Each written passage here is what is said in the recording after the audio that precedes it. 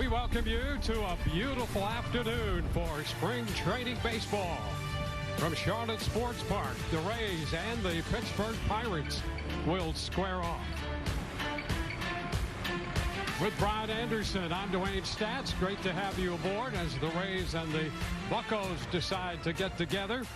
Well, the 10th game of spring training already, and the Rays today will get a look at Aaron Civale, who was a big part of the trade with Cleveland a year ago, figures to be a big part of the rotation this year. Well, there's no question about it, and this will be the spring training debut of Aaron Civale, of course, coming over, like you said, Dwayne, in the trade with Cleveland, and you can see the difference here in the splits. The ERA taking a little bit of a bump there with the Rays, but look at the strikeout percentage, getting way up there, almost 30%. Now, listen, he's got a complimentary arsenal of pitches, and it's a vast arsenal. Not overpowering, but it doesn't need to be. He knows how to pitch. He knows when to use pitches. And more importantly, he's able to go out there, compete, get deep into games, and that's what the Rays will be looking for this season. Well, some new faces, as we might expect in the spring, and Johnny DeLuca coming over from the Dodgers. One of them, we will hear from him when we return.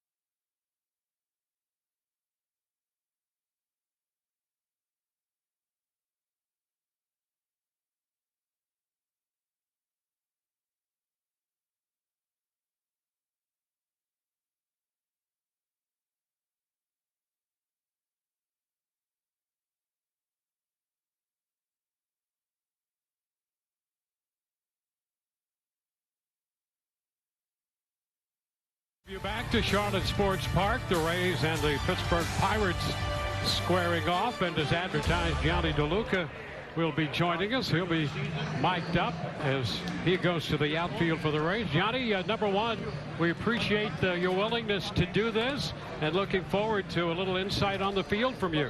No worries. Happy to be here. Speaking of being here, Johnny, how did you find out about the trade? All right, I'm going to start running, so I might not be able to hear you guys. 1 second.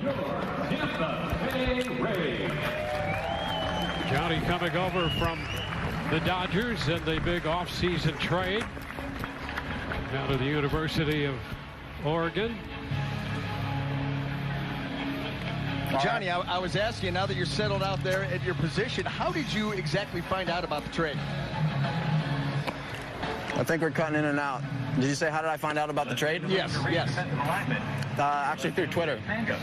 Oh, no kidding. Yeah, it was pretty funny. I saw a tweet and kind of took a few days to go through, but initially it was the Twitter.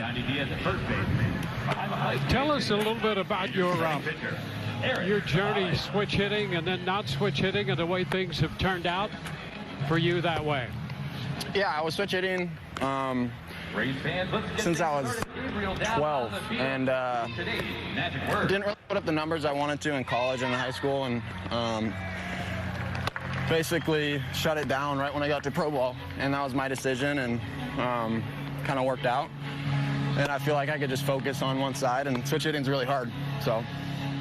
And you're dividing your time. You're putting the work in. You've got to divide your time from both sides. You're absolutely correct. You know, interesting you say about not putting up the numbers that you wanted to. I saw something interesting about you. Back in 2018 at Oregon, you hit 212 with the 270 on base. and then immediately go to the Premier Cape Cod Wood Bat League. That is where, you know, the best of the best go, and you put up a line of 296 with a 369 on base percentage. What happened there?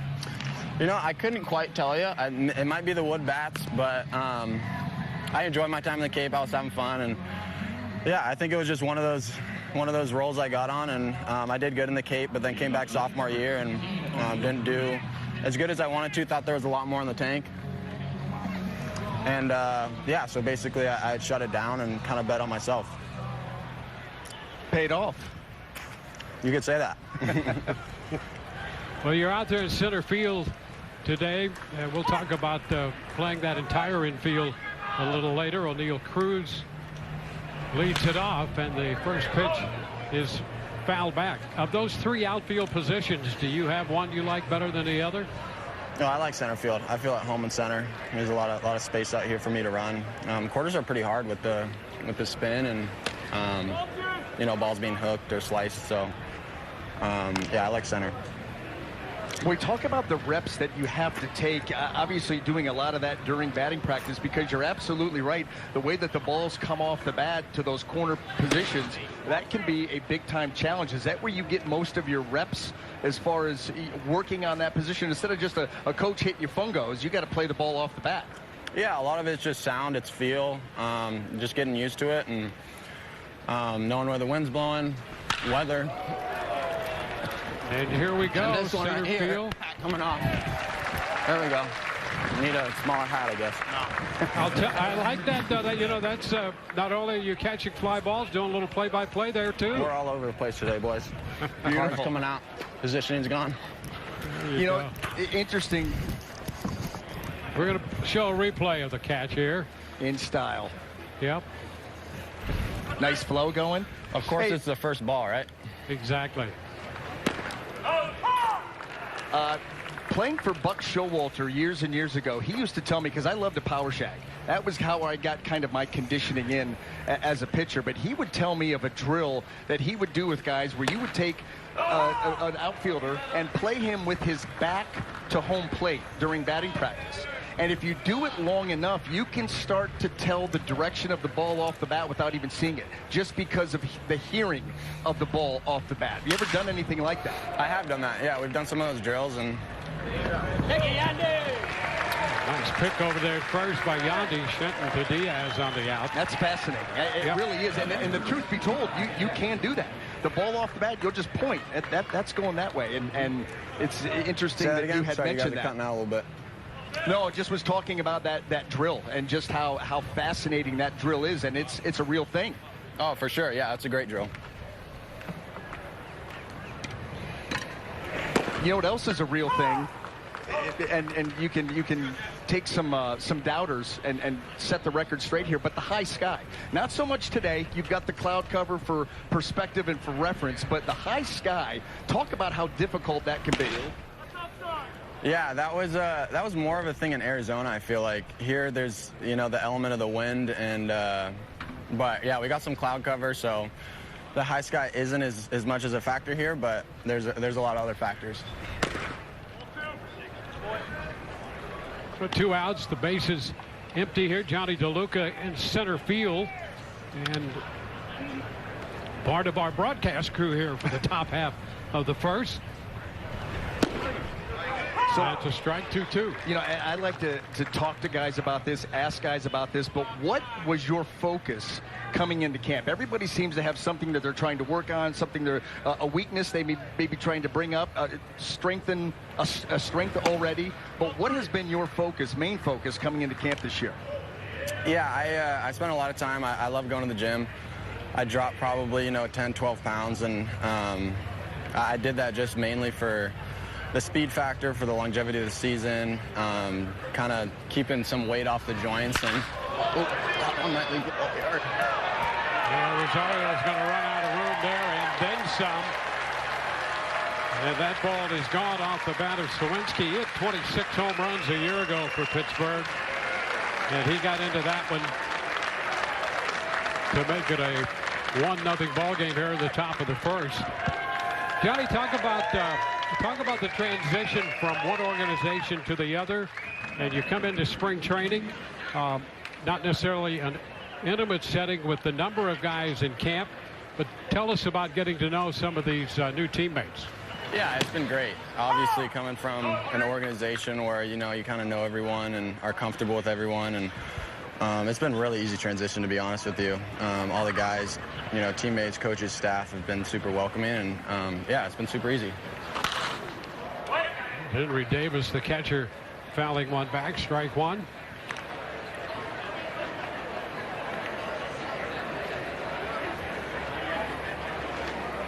Aaron Savali making the start for the Rays. Johnny DeLuca out there in center field. Mic'd up for us. This one is down. 1-1. Well, have you noticed now, being a right-handed hitter full-time, obviously getting used to facing right-handed pitching where that breaking ball is moving away from you, how long of a process or how long of a transition does it take to get more comfortable with that look? Yeah, I think that's, it just comes with time. First year is a little tricky, but, after getting reps in practice, it becomes, second nature, and I feel really comfortable with it now. Well, as Davis strikes out, Johnny DeLuca trots in from center field to the Rays dugout. We certainly appreciate the time, Johnny. We look forward to watching you all season long. Thanks, guys.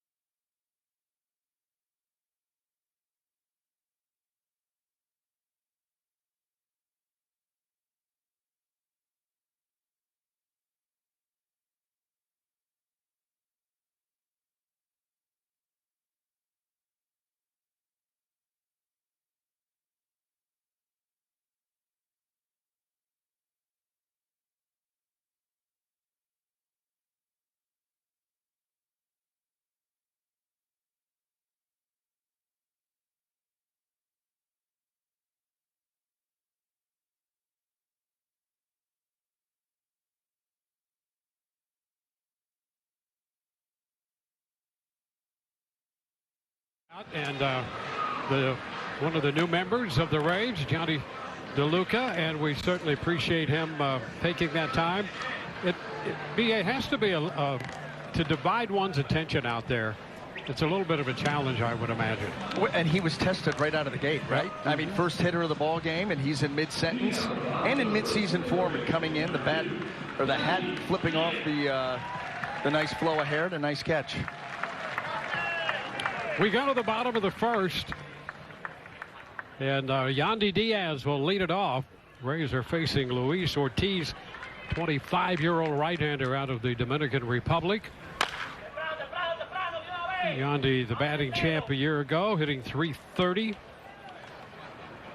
Thompson on base percentage. Well, you couldn't ask for more out of Yandy than what he gave the Rays last year. I mean, offensively, he really rounded into perfect form because he's always been a hit-the-ball-hard guy, a good on-base percentage guy because he has really good strike zone discipline, not a lot of swing and miss, can handle anybody's fastball. But then you start to see the power emerge and the long ball and the OPS numbers start to inflate. That's a rarity right there. So Ortiz picks up a strikeout.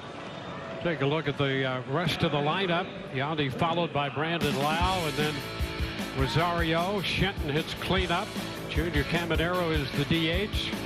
Jose Caballero at short. Pinto will do the catching. Johnny DeLuca in center hitting eighth, and Jake Mangum is the left fielder, and he will bat ninth. 1-0 the count on Lau.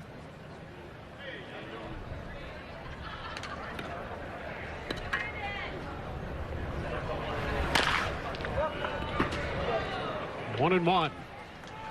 Well, the one thing you hear about Brandon Lau as he faces Luis Ortiz, and you see what he did a year ago.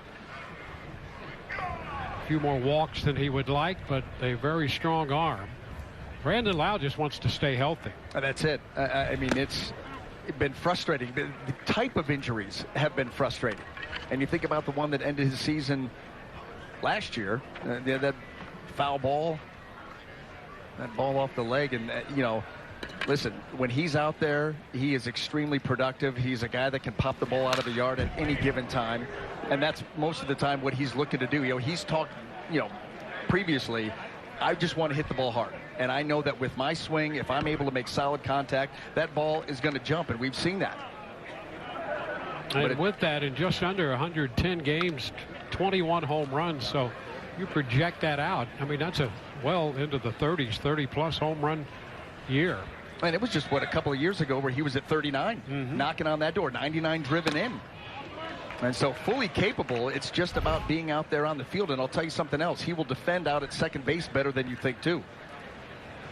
There's exactly the point we made. Stay healthy. 39 and 99. And is out number 2. Back-to-back strikeouts for Ortiz. You mentioned Luis Ortiz having a big arm. You know, he's a simple guy, too. Fastball, slider, changeup. Will use the two-seamer and the four-seamer, but that velocity a season ago in his appearances sitting right there about 96 miles an hour. The previous season, his fastball was sitting at 98. Small sample size. Big arm nonetheless. Rosario takes a strike.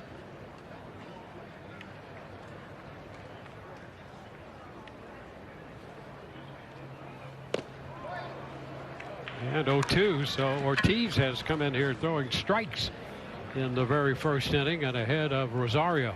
I'll tell you what, these Rays hitters not getting cheated on their swings either. They're taking some big ones.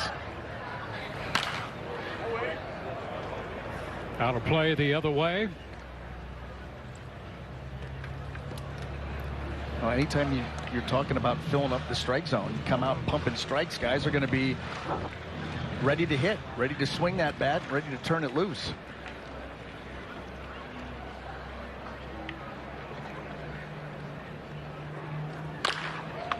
The chopper foul.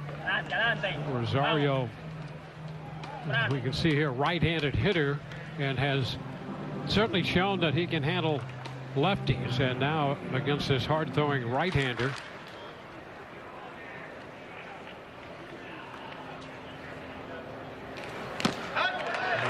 Foul tip. He is out on strikes.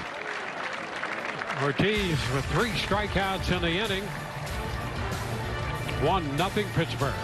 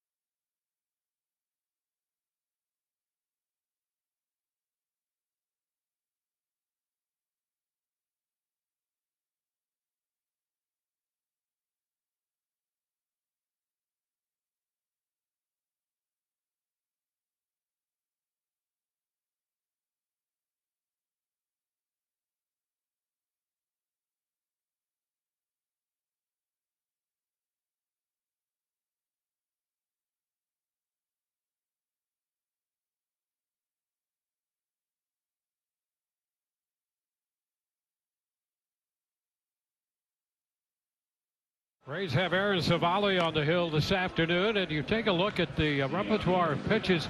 I mean, that's a pretty good mix there. A slider and a splitter down that list, but still, you have a guy with 6 pitches.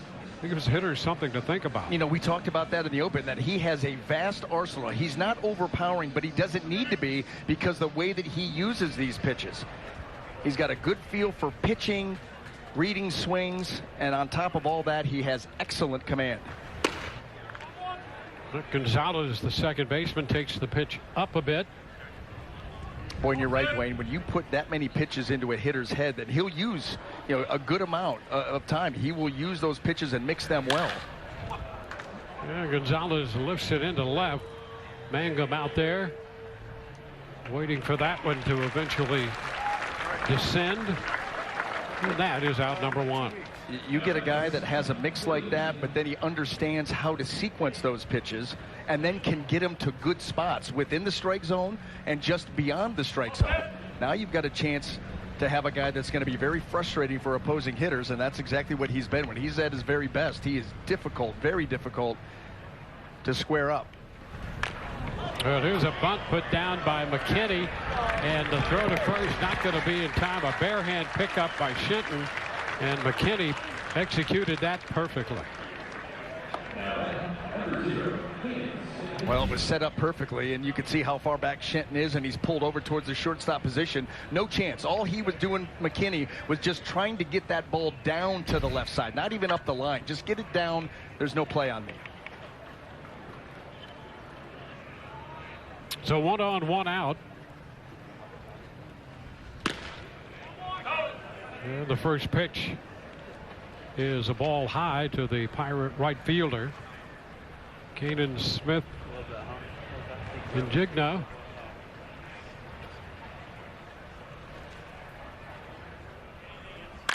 And he gets into this one. Deep into right, and Rosario will watch this one go up and out over the bullpen and beyond.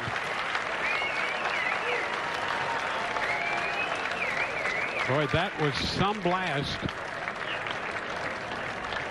by Njigba. Well, I will tell you this, Dwayne. Yes. His brother, Jackson Smith Njigba, is a home run threat on the football field. Yes.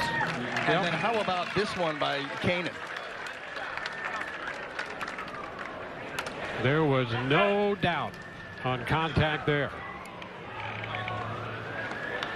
And here's Jake Lamb. Pitch is a strike.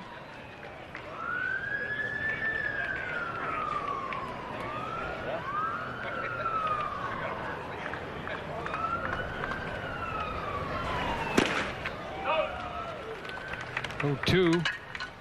Well, you see that with Savali an awful lot. When he goes to that cutter, he likes to keep that at the top of the strike zone. It's so enticing to these hitters because it's up close to the eyes. And not only does it have the elevation, but it has that little subtle movement away from the righties into the lefties designed to miss that barrel.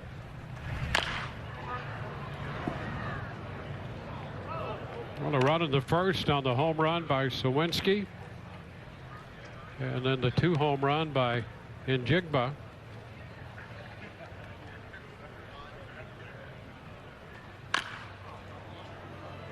And Lamb, another foul ball, holding the count at 2 strikes.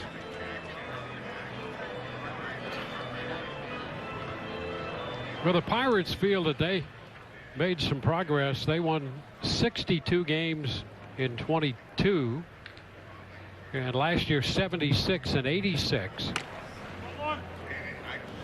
You go back to 2018 when they finished with 82 wins, and Derek Shelton charged with turning this team around in his 4th season, and they're starting to see some light at the end of that tunnel. Yeah, they've got some good young position players. They've got an arsenal of pitchers that are on their way. You think about Paul Skeens, and we're going to get a chance to see him later in today's game. You've got hopefully a full season of O'Neal Cruz out there at shortstop. Lamb lifts it into left center. Mangum, with the glasses down, makes the catch for the second out. A season ago, he had come into the 2023 season, O'Neal Cruz, that is, improved plate discipline, but then all of a sudden broke a leg in April and missed the rest of the season. Now, this is coming off of his rookie year where he hit 17 homers in 87 games.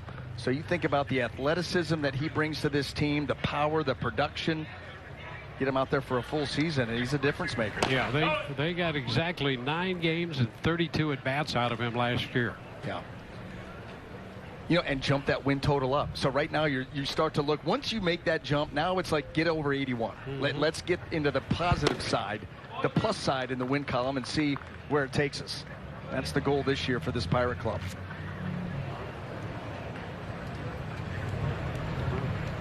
Alika Williams lines this one foul, and it's 2-1.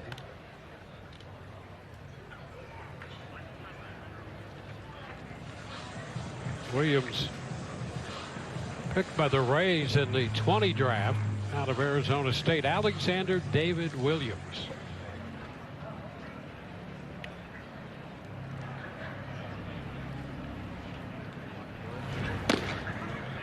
On the corner, 2-2.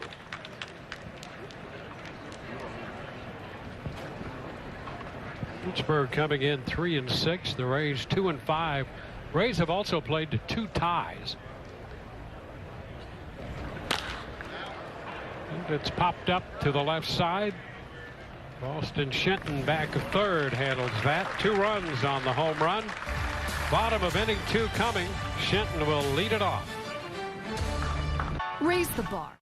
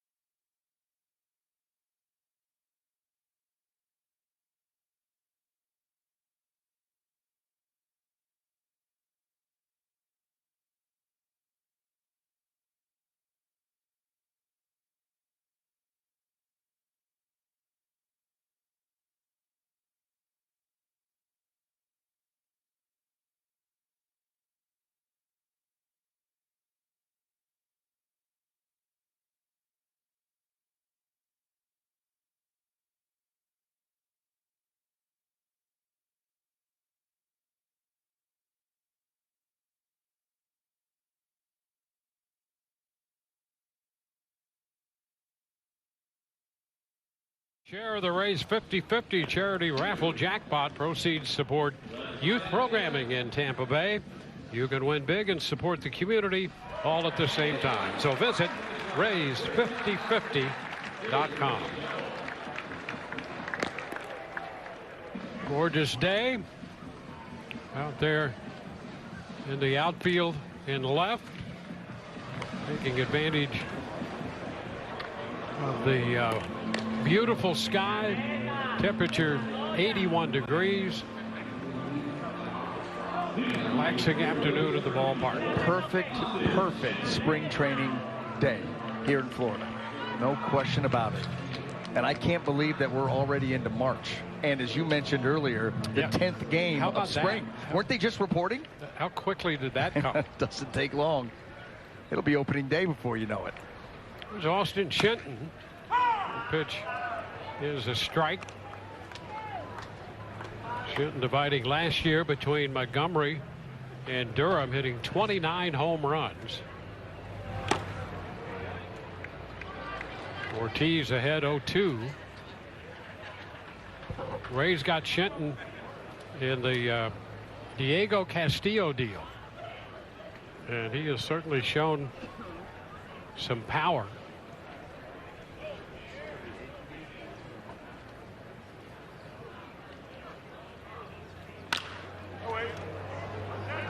Fouls that pitch, moving in on him.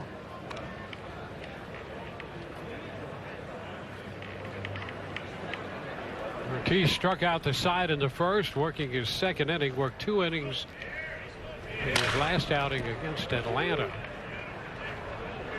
Cracked the bat. Junior Caminero next. He's the DH today for the Rays. 54. And then Jose Caballero, the shortstop. Junior. One of the top prospects in all of the game, if not the #1 prospect. And he's a guy that obviously out to make that opening day roster. Said if I have to go back down to AAA, I am not going to be there long. So much talent, so much confidence. And think about the jump that he made a season ago from AA to the big leagues. Well, he certainly made an impact and a great impression. Yeah. I mean, with that kind of ability and the desire, he's one of those guys you can tell enjoys competing, enjoys the fun of that. One thing to have the natural God-given ability, but then you start talking about work ethic, and like you said, the want to compete. Go out there, me against you, let's go. Now the count is full. I'll tell you, the sky is the limit for that youngster. 20 years old, making that jump, Double-A to the big leagues. Didn't look like it fazed him in the least.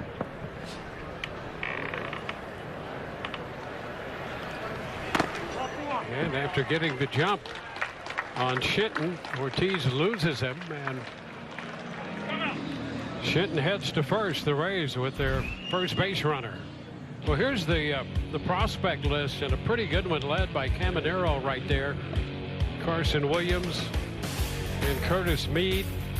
And I'll tell you, we've seen Shane Baz at just staying healthy and doing what his ability will allow him to do. Is going to be fun to watch him as well. Yeah, the interesting thing will be in watching it play itself out over the season. How do you manage his workload? Since it's been as long as it's been since he's pitched competitively, how do you manage that workload? Because the stuff you want it out there every 5 days, bottom line. You know that's something that they're going to have to be very careful with, and you know that they will be with a young pitcher with his kind of ability. Caminero checking on that pitch as it darted down and in. There he is. And, it's frustrating anytime a player has to go to the sideline because of some sort of injury.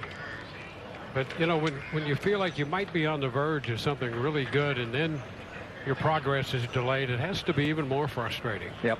Yeah, because it's such a long and slow road back. It tests your patience. And again, it goes back to that word compete. You want to compete. You're not able to. Your competition on a certain day may be trying to get that arm to go straight. Mm-hmm. Small little baby steps. But I'll tell you, once you do get back and you're able to get out there and do what you love, it's something that you just appreciate all the more. Well, Baz had that Tommy John right at the end of 22 in late September. So this is this is a big time now. When you look at March and April and May, they're thinking by May he could be competitive. 3-1 count on Caminero. Foul the other way.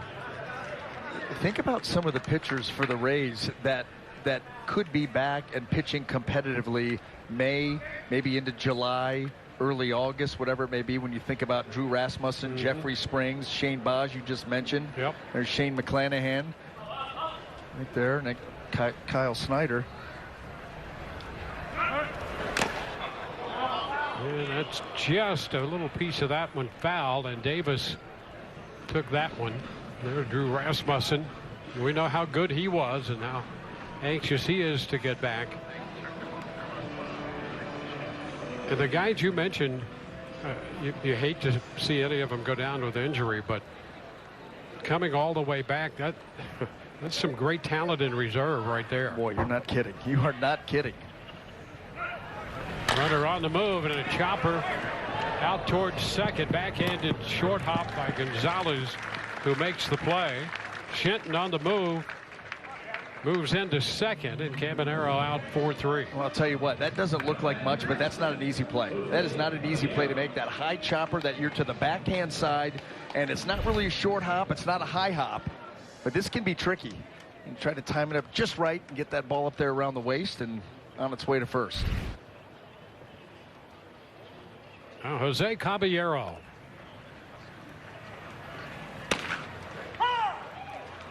And that breaking pitch is in there for a strike.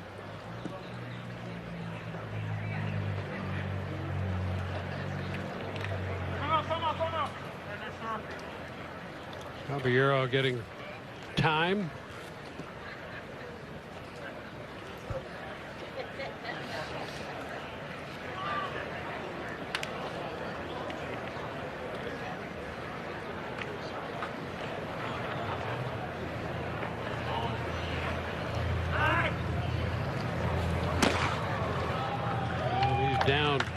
0-2.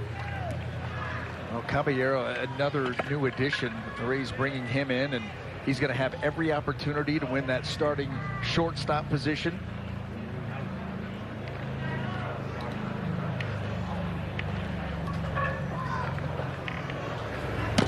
And that stays in. 1 ball and 2 strikes. Yeah, he played a lot of second base last year for Seattle, but has played a lot of shortstop coming through the minor leagues. He spent a significant time at shortstop. That's a shot too short, picked up, and Williams throws him out. Over to third goes Shenton. 2 gone after the leadoff walk, with the runner advancing all the way around to third base.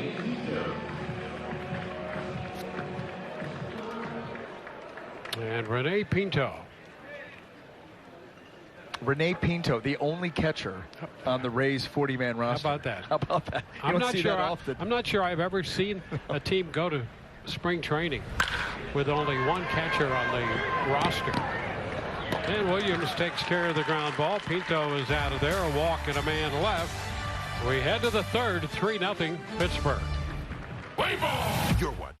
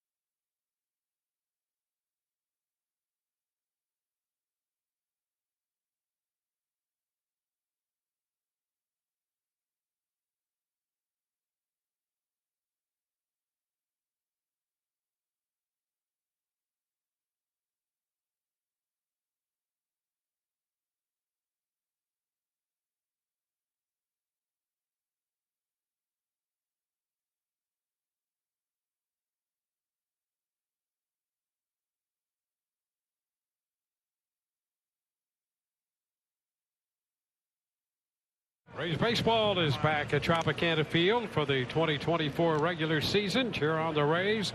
Opening day coming up Thursday, March 28th, a 4:10 first pitch. Get your tickets for opening day at RaysBaseball.com.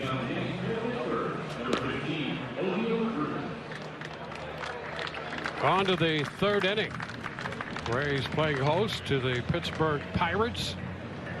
Pirates with a couple runs in the third following the run they picked up in the first. A couple home runs given up by Aaron Savali, who has made 34 pitches through the first 2 innings, and he faces O'Neill Cruz.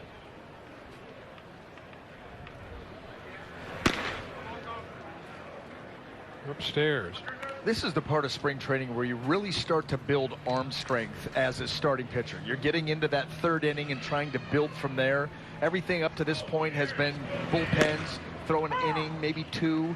But once you start to cross that threshold into 3, the arm strength starts to come around, and then you guard against the dead arm phase of spring training. But Aaron Savali crossing that line here today. Yeah, that's something we'll have a chance to discuss with Kyle Snyder down the middle part of this game. We'll be chatting with him. Yeah, we've got some questions for him. I want to talk to him. We were talking about Drew Rasmussen earlier, and the fact that the last 3 seasons, the Rays have successfully taken a reliever during the course of a season and transitioned him into the starting rotation. You had Drew Rasmussen 3 seasons ago. You had Jeffrey Springs 2, and last year Zach Littell, all becoming very important parts of that rotation. But again, the transition from reliever to starter in the middle of the season, a competitive season where you end up going to the playoffs in all 3 of those years. That is very difficult. Yeah, and you could argue that the Rays could have 8 or 9 guys who you could project as starting pitchers one way or the other.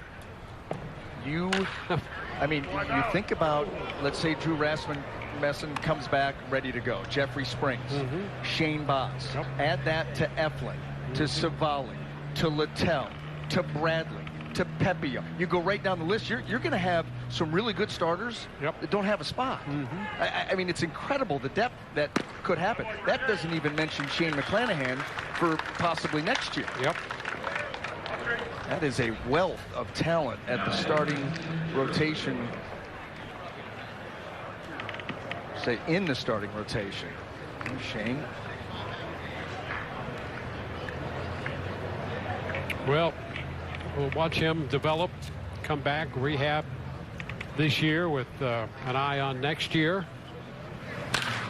Line drive down to third off the bat of Triolo.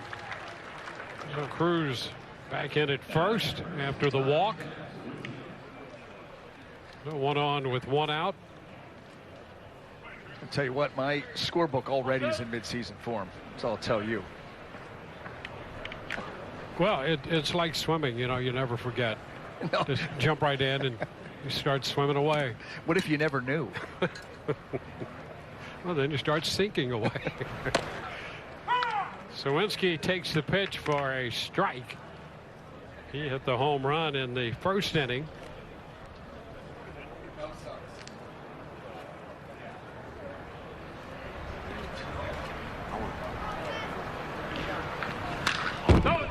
Fouled back. 0-2. Well, you look at Cruz over at first, all 6, 7 of them with that lead. You know, here's a guy, number one, playing shortstop, which I think surprised a lot of people. But that's quite a figure of a base runner over there, and he's on the move. This one fouled, chopping into and popping right back out of the stands. The ground that he covers per stride. You know, and think about that division over there, the National League Central. When you talk about O'Neill, Cruz, Ellie De La Cruz with the Cincinnati Reds, very similar type athlete, build, height, athleticism. I mean, Yandy Diaz is a big boy. Okay? And pulled up the right side, foul. They get another shot of that. Yandy Diaz is built, I mean, as strong as they come, as big as they come. And you've got O'Neill Cruz just kind of, I don't want to say towering. Yeah, he's going to tower wherever he is. Just about.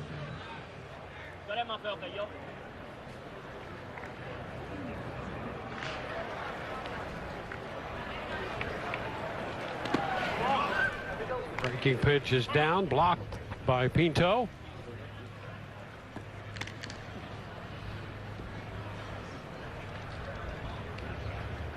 There you go. Look at that comparison. He looks bigger than 6'7".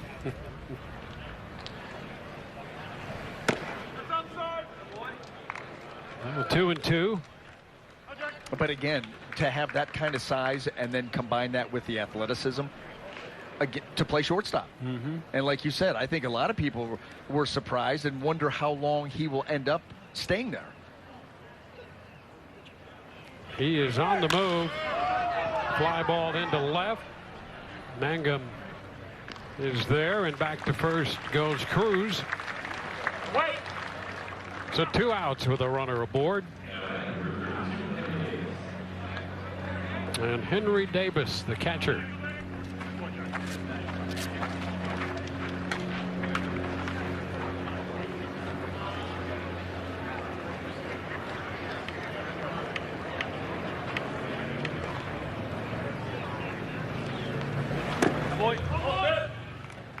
One ball, no strikes. Davis, number 1 pick in 21.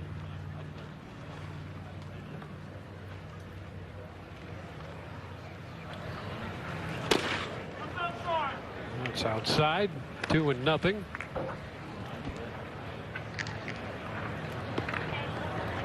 See some action in right field as well as behind the plate.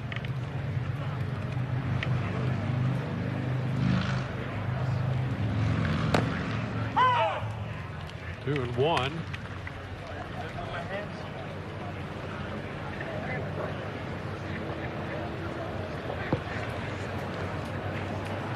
Savali now over 50 pitches in this outing. And a long one into left, and there's some of that power of which we spoke. And that one is out of the ballpark on a 2-run shot to left. That's going to make it a 5-0 game.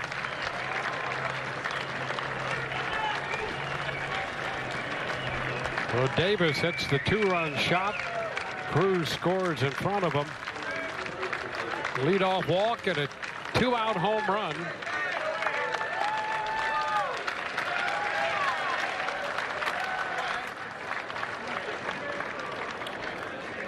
And with the pitch count reaching the mid-50s, we're going to get a pitching change here. 2 outs into the 3rd inning, so 2 2/3 for Aaron Savali.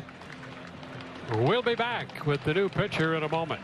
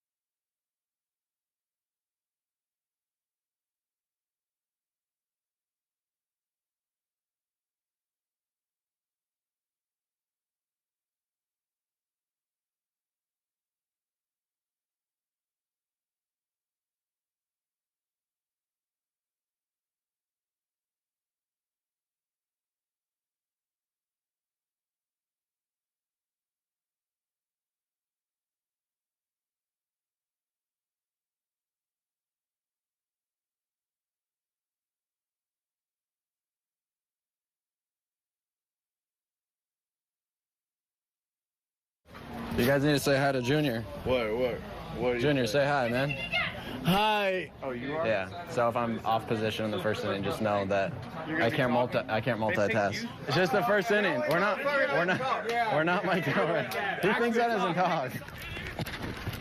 And this one right here, hat coming off. There we go.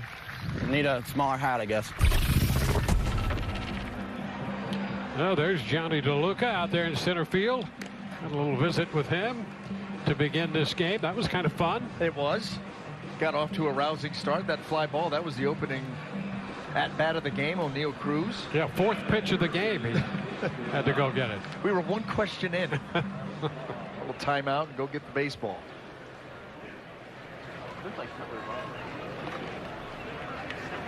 Edwin Ucita is the new pitcher.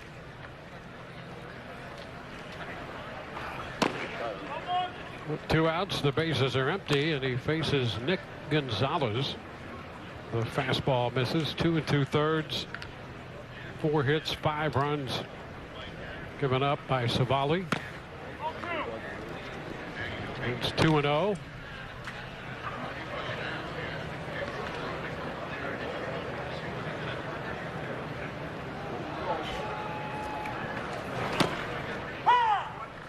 The knees right there. Ucita's 26 years old,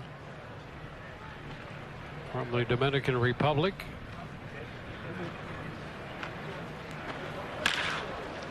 On the ground, short, and an attempt to backhand it. Caballero could not come up with it cleanly. And Gonzalez is aboard. Yeah, that's again one of those uncomfortable hops. It's not a short hop, and you're not taking the high hop, and it's to the backhand side. And so you see, you're just trying to catch that ball as the glove is moving up, and it wasn't able to do it cleanly. So Caballero charged with an error.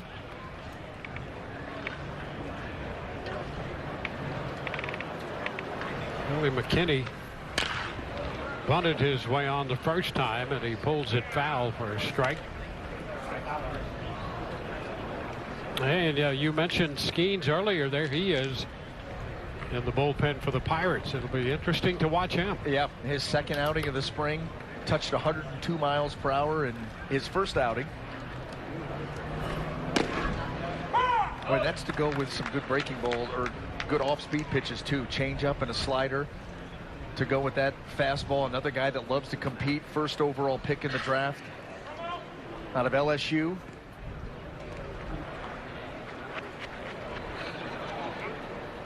What's his timeline look like? Can't imagine. Oh, not too long. No, don't think so.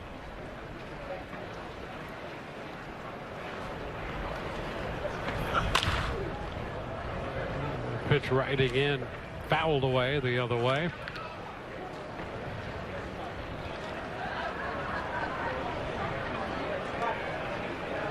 Well, you start to see some really impressive young talent in Pittsburgh uniforms now, and he's one of them.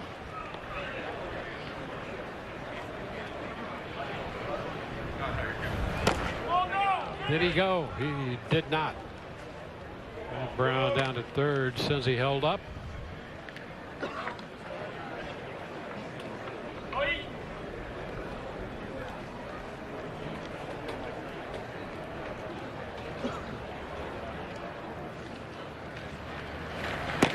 That is strike three call. Got to the corner, and the third out, a call third strike. 5-0 Pittsburgh.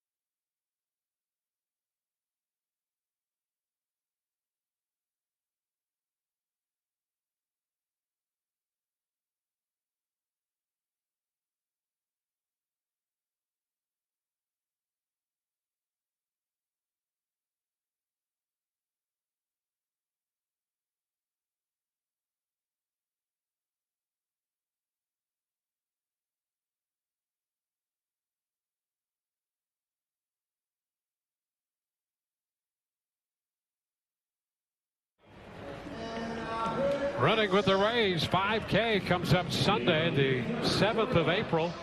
Fans can join in person or virtually. A portion of all proceeds benefit the Rays Baseball Foundation. Register at raysbaseball.com/5K.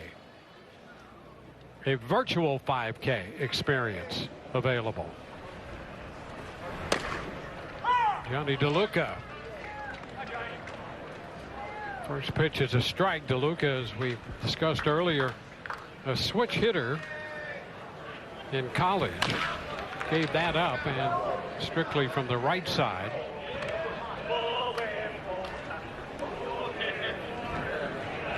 Good numbers with Oklahoma City a season ago. 41 games. Average up over 300. That always catches your eye nowadays.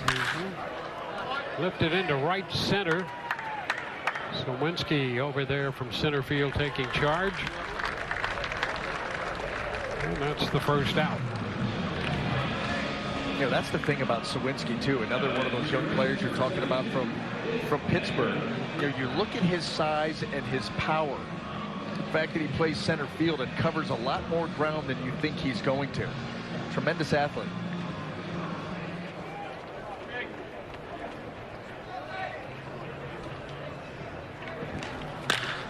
That's a liner into center off the bat of Mangum. And he picks up the first hit for the Rays. From whence it came. Right back through the middle of the field. Outstanding swing. blistered that ball right up the middle. So the Rays with their second base runner. Shenton opened the second with a walk. Now Mangum with a one-out single in the third. We go to the top of the lineup. Yandy Diaz.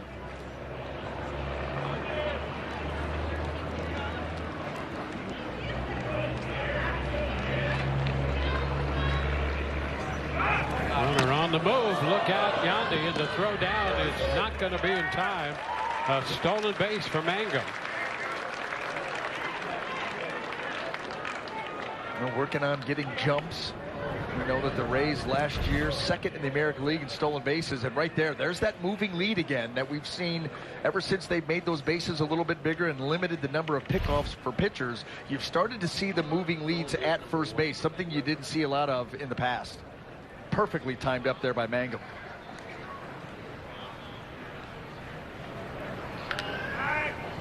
Pickoff and a ball thrown into center field. Mangum is on his way to third, and they're standing up.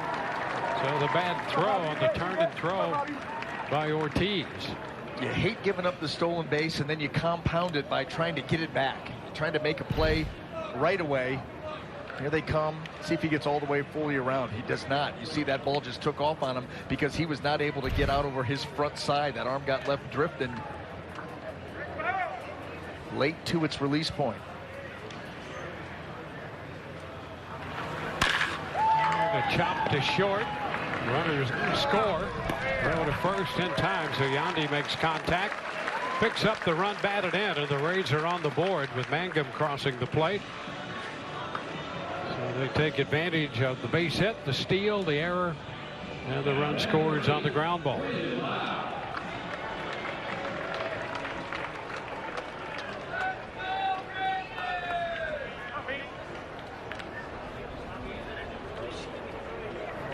Brandon Lau gets bounding in. One ball, no strikes.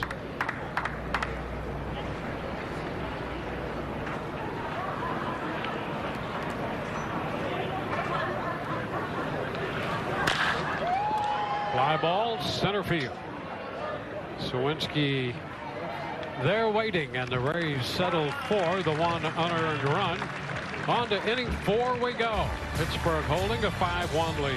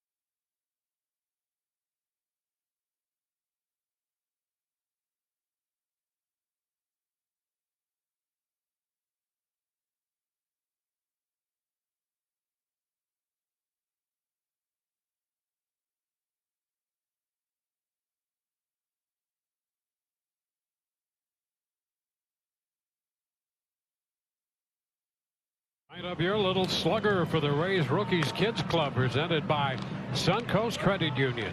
For only $40, the MVP membership includes a free kids meal at every home game and discounts on tickets. Join today at RaysBaseball.com/Rays Rookies.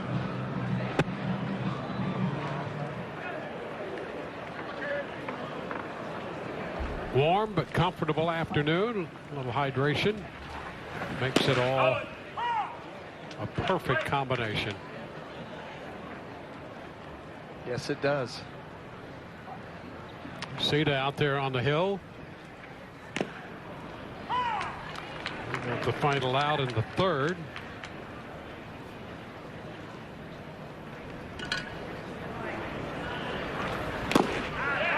And a 3-pitch at bat right there for Smith and Jigba. Watch where this pitch starts and ends. That ball starts up around thigh high and ends up down around the shins, below lower shin. Great finish on that off-speed delivery. Yeah, file that pitch. Yeah. I mean, that's a pitch that might get him a little big league time. There's a shot into left. Mangum on the run, reaching up, and he got it at the track. Reaching up, and Mangum busy out there in left. That's the second time he has taken care of Jack Lamb, and this one a little more challenging, but he got there to the track. Made a nice grab. Well, you have to have a precise route because that ball was hit so hard. There's no margin for error. So you have got to open those hips and get going and have the right path. And he certainly did that. Luka Williams takes a strike. There's another look. Use a little reach. Got both feet in, too. A leap and a reach. And successfully executed. 1-1 now.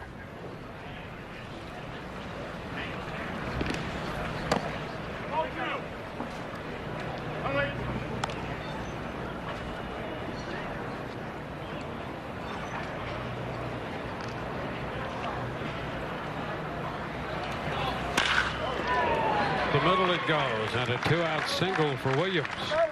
That ball was scalded. That was another one right back up the middle. We saw it that last half inning with Mangum. Down in the zone, down and in, and stays right on top of it and just knuckles that ball right through the middle. With that 2-out single, O'Neal Cruz gets his third plate appearance of the day here in the top of the fourth inning. 0 for 1. He drew a walk and scored in the third. He scored on the Henry Davis home run.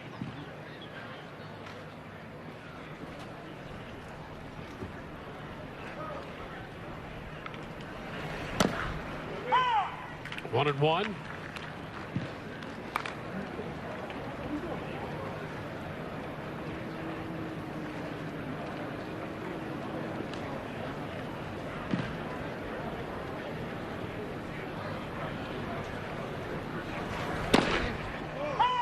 That's a strike. 1 and 2.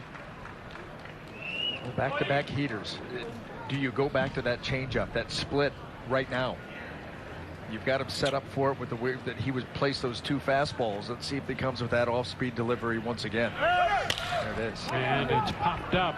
Cruz reaching down, pops it up. Hitting in foul territory, reaching back toward the line. And he takes care of it.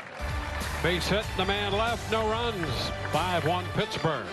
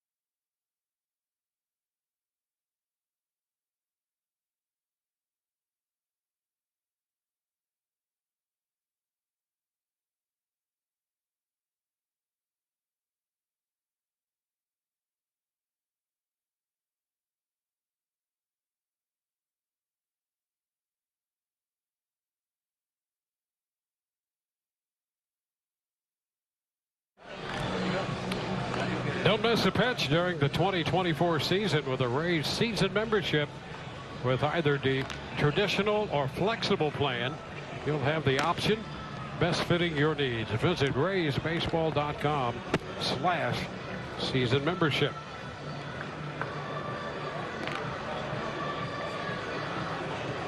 On to the bottom of the fourth inning. The Rays find themselves down. Pittsburgh with a run in the first. 2 runs in the second, 2 in the third. Rays got 1 in the third, coming into bat in the bottom of the fourth inning.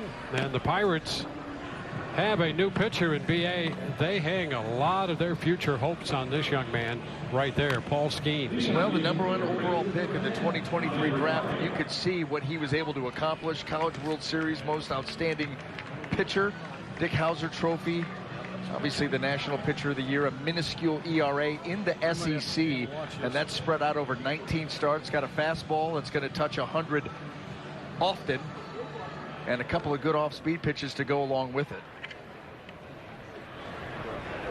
So we'll see how things fare today against Skeens. Rosario leads it off and fouls that first pitch away. Strike 1. Triple digits. 100 right there. There it is. I mean, 6'6", 235 pounds. And got the arm speed to go along with it. Powerful legs. That's a shot back into left. Well tagged. McKinney to the wall, and that's gone. Rosario sends one into the bullpen and left, and the Rays pick up their second run of the game. Rosario against Skeens hits one out. Well, and all you've heard after the Rays signed Ahmed Rosario, is that he handles lefties, versatile defender, and Ahmed against the tough righty Skeens and that fastball running in, how quick those hands are. That was a 100-mile-an-hour fastball that he was able to pull the hands through and get that ball into the bullpen. And an attempt to check. Shenton went around. That's a strike. Here's the home run.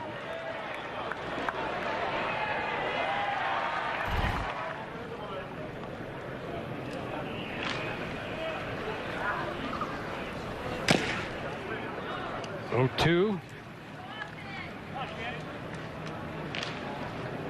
Rosario unloading. What an intriguing pickup for the Rays. When they signed him and knowing some of his background, what he could be capable of doing for this team at the plate and in the field with that versatility, get some chances to go and get some reps in the outfield to go along with what he could do as an infielder. It just almost adds an extra player to your bench.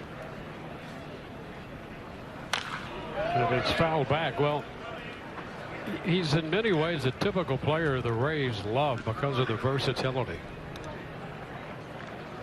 And I don't know that you can find another team year in and year out with a roster the Rays always put together with more options throughout a game and a season than the Rays have because of the versatility.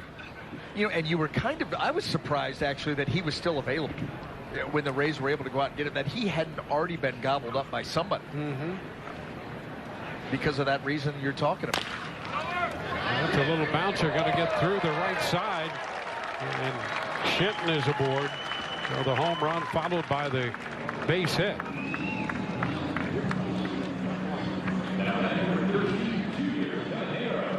You know, the other thing about Rosario, one of the things he did in the offseason is try to change that launch angle a little bit more. Well, he just launched that one. Now Caminero. Chopped to third. In and out of the glove. In and out of the glove at second, but he's out because the ball was being transferred, taken out of the glove. So Triolo got the throw down to third, and that ball in and out of the glove of Gonzalez. Let's take a look. Yeah, he's trying to be so quick, and knowing that Caminero is going to be able to get up the line, and that ball was a chopper. So now the sense of urgency kicks in, and you're trying to get that ball out of there so quick. And I'll tell you what, I wasn't so sure that that ball was in the pocket of that glove. Looked like it was sitting right in the palm of his hand when it came loose. Caballero holds up. The ball, no strikes. spring training moving along. There might have been a discussion otherwise. Right.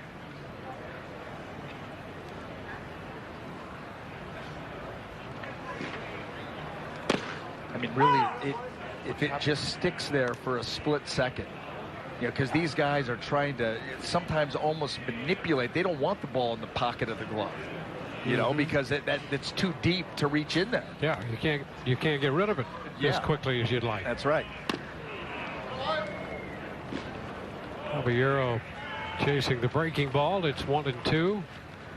Played with some middle infielders over the years that would perfect that. That would literally, they would be able to catch that ball in the palm of their hand and have the throwing hand on top of it immediately. And so it cost or shaved off a little bit of that time, and that can make all the difference in those bang plays.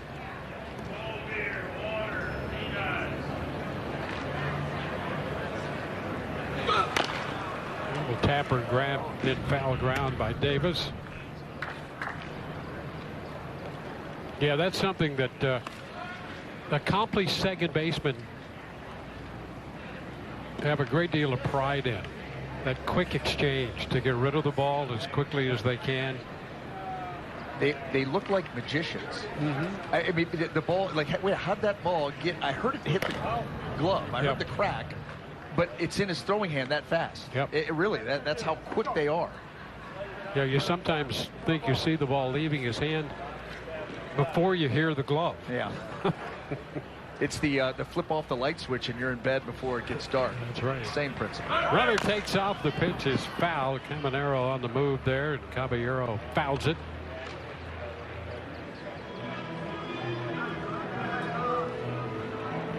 Yeah, those go all the way back. You think about the Rays playing the Pirates. Bill Mazeroski was a guy who could get rid of the ball quickly with that glove.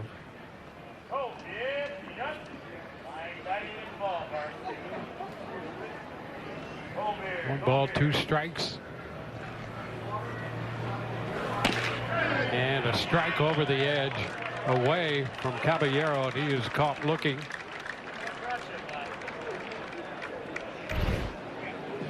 You get velocity and you are able to combine that with location. That ball right on the outer edge, just perfect placement.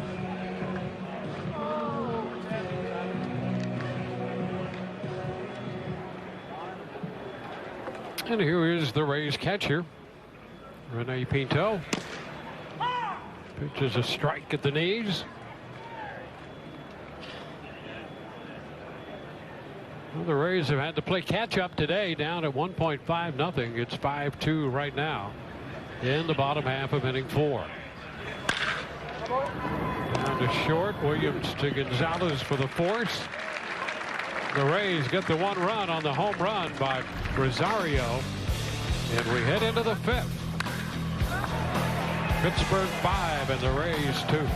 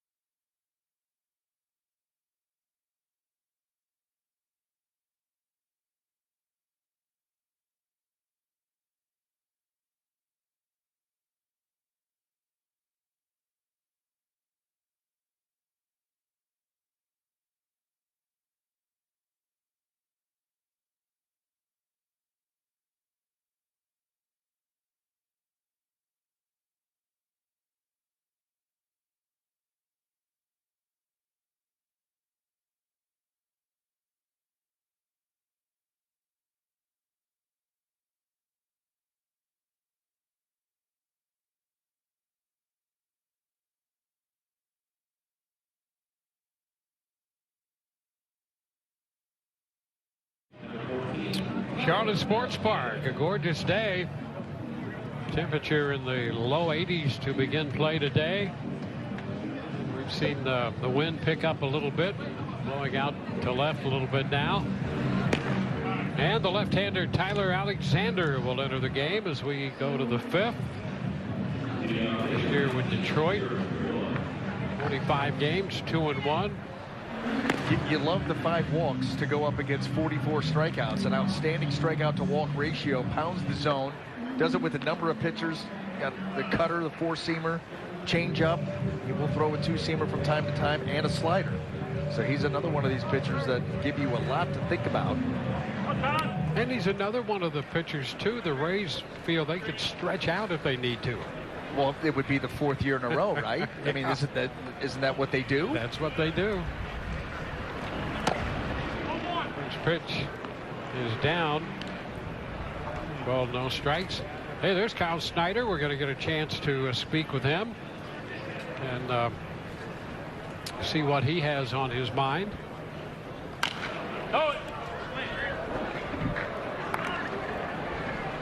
Yolo fouls it. It's 1-1. There's always something intriguing going on. If you talk with a Rays coach, manager, by the way, Kevin Cash not with the team today. He'll be back tomorrow. And we'll chat with Kyle Snyder. There's a base hit. Criollo is on base for the first time. Reading Alexander with a base hit. But the Rays are always coming up, it seems, with an edge, an element of the game that has either been long forgotten or never thought about before until the Rays have a meeting and come up with a way to come up with an additional advantage. And they like to call that deficiencies in the market. I mean, what's not being taken advantage of, and how can we? Ground ball back to the mound. Out at second in the middle. Caballero to Diaz, and they're going to get the 1-6-3 double play. Outstanding feed by Tyler Alexander. You know, oftentimes you give up the base hit, you get the comebacker, and you're so excited to turn that double play that you rush your throw to second base, and maybe it's a little bit offline and the turn can't be made. But right here, watch this feed. Got it, turn, step, perfect, right into the bag. 2 for 1. Yeah, and that middle infielder really appreciates that too. Yeah, it saves him from getting flipped. Yep. Well, I don't know if you can flip him anymore. Well, Alexander's another one of those guys who the Rays zero in on with a purpose, with an idea of what else they can do with the talent that, in this case, the left-hander brings to a Rays uniform. I think from our perspective, it really is amazing to watch because they come up with things and make them work when no one else seemingly can conjure up that idea. I know. It is pretty incredible. They just know what they're looking for, and they know how to take those strengths and make them maybe a little bit better, and how to take the weaknesses and move them up into something that's salvageable. Yeah, and that's why, like we were talking earlier in the day, if all those pitchers are healthy, you've got 9 or 10 guys who could be starting pitchers. Yeah, not enough spots. and good. Yeah. There's going to be some really talented guys that just don't have any room for them. Yeah. You know, it's interesting, and this is a position player, but they were, listening to an interview with Travis d'Arnaud, and he was saying that the one thing that he learned with the Rays is they tell you what you're really good at and why you're really good at it. And then you start to build the other parts of your game. And that's where he has really taken off since leaving the Rays organization. But he said he learned so much there. Like, this is what you do well, this is why. And all of a sudden, we go from there. They do the same thing with the pitchers.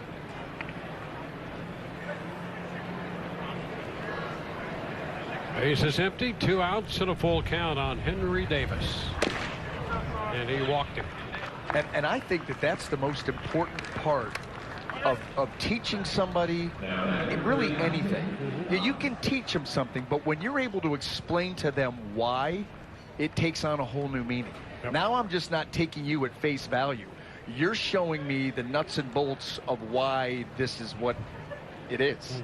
And I think that makes all the difference in the world. really can open up some eyes. Nick Gonzalez, the second baseman, fouling it back for a strike. Well, it's the thing that has kept them competitive and in many ways an intriguing team to follow and to watch. I mean, if you're really into the game and the trends and so forth that it takes, this is the team to watch and try to figure out and guess along with. All out of necessity. Yes. When you think about that, they can't go about the game the same way, especially when they were making their move 15 years ago. Yep. The way that the Red Sox were doing it, the Yankees were doing it, the Blue Jays, all of those juggernauts within the division. We got to find a way to outflank them. Lifted into center field. Luca's going to play it on a couple hops. Davis will go to third. The throw back into the middle of the infield and into second base goes Gonzalez. So both men are going to wind up in scoring position. You're kind of caught in between right there, and I think they're going to call that a double. But you could also see, just reading that throw, that ball deep enough, and it takes 2 bounces, and that's why you're able to get that full head of steam coming around first base and glide into second.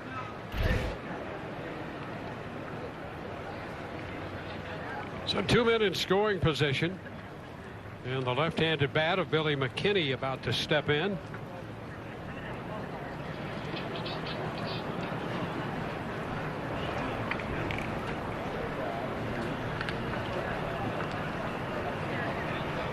McKinney bunted his way on first time up, and that led to a run.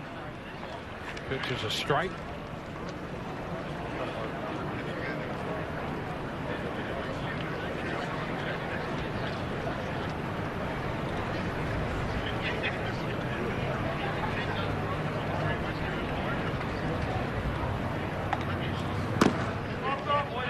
Upstairs, 1-1.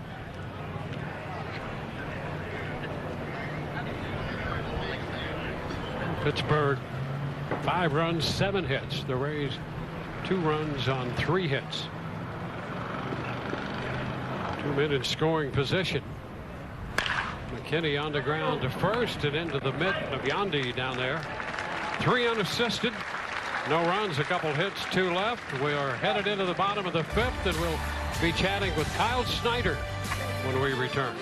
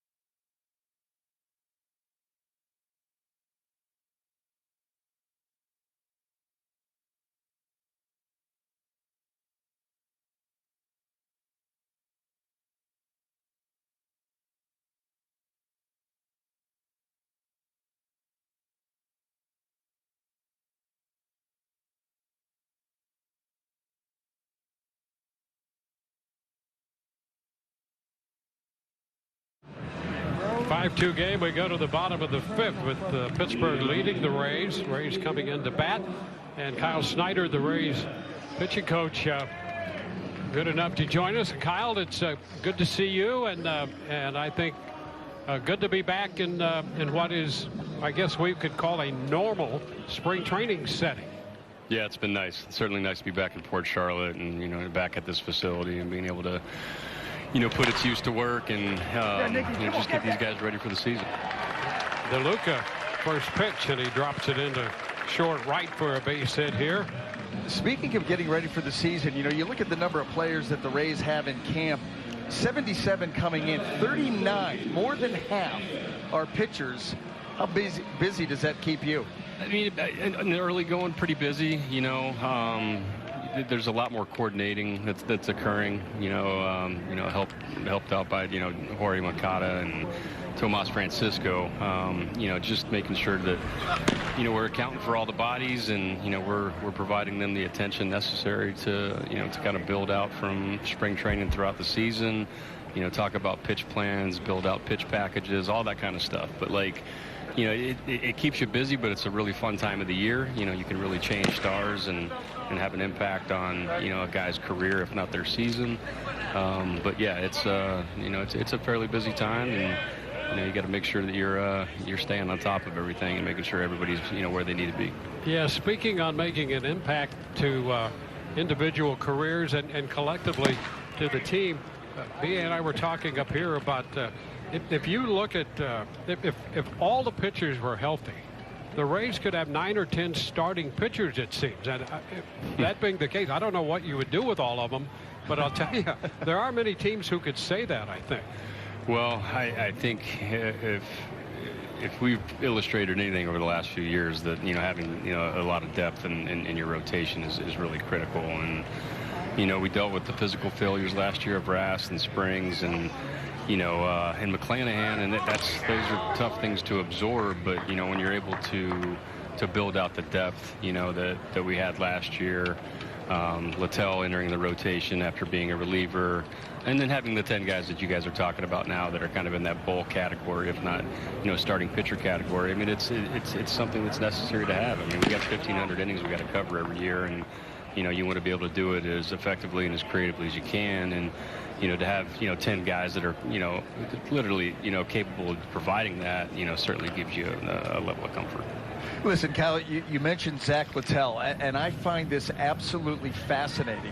When you go back and look what you and your staff have been able to accomplish the last 3 seasons, and I've never seen it before, at least not as successfully done as you guys have, and that's going back 3 seasons ago.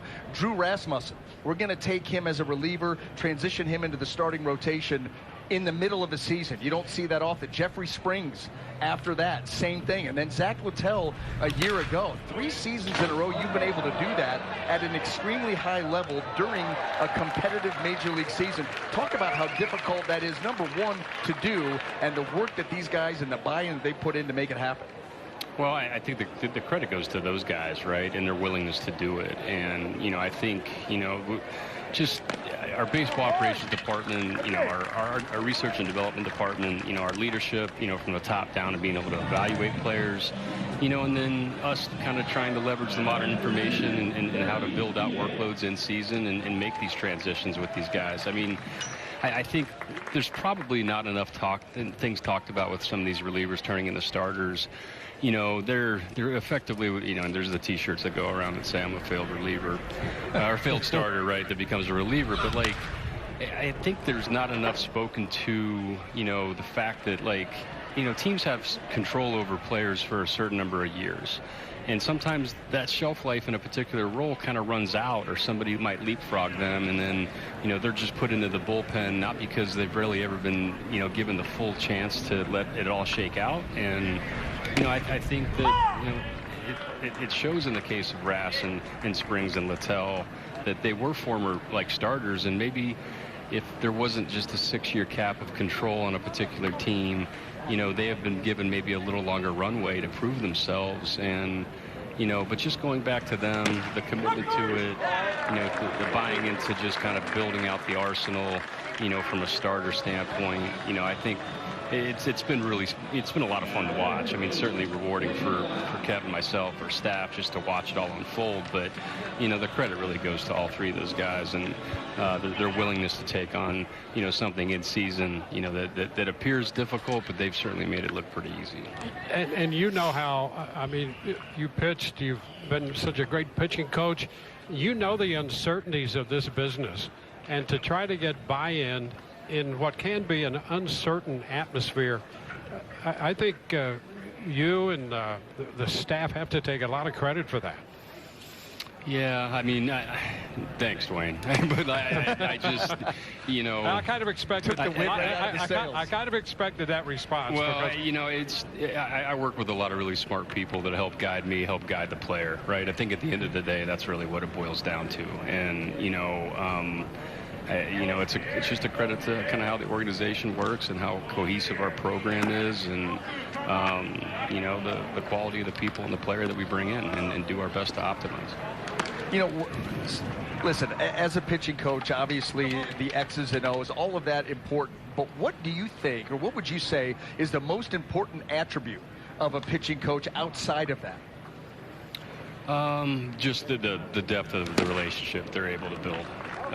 It doesn't matter what you know. It matters what you're able to help the player apply. And if the player knows that they're cared for, you know, if we're taking the care and concern for them and the well-being for them as people, getting to know them off the field is one of the best ways to earn respect, you know, of a player. Like, those are the things that I think that are the biggest separators in today's game. You got to be knowledgeable, right? I mean, you got to be, you know, I'm continuing my education every offseason to be sure that I'm doing my best to stay out in front of things that are changing as rapidly as they ever have, right, within the game in terms of development. But it doesn't matter what you learn if you're not able to reach the player. And I think understanding that and understanding the importance of that, and you know, putting, you know, as much stock into that as possible, gives you the best chance to be able to connect with the guys.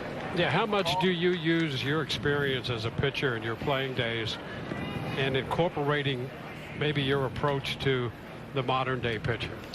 Well, I wasn't very good, Dwayne, so I don't use a whole lot of what I guess learned, but you know, I did learn a lot from pitching coaches that helped me. I learned some from pitching coaches that didn't, relative to the approach, right? So yeah. I do try to use that platform, and certainly some of the things I dealt with physically, you know, to be able to help some of these guys that are going through you know, physical, you know, challenges themselves. Well, from our point of view, it's a lot of fun to watch, and you are to be congratulated with the staff and the organization with what you've been able to accomplish, and we appreciate you taking the time. I appreciate that. We're certainly proud of all that's been accomplished here, and everybody that's involved. 5-2 ball game at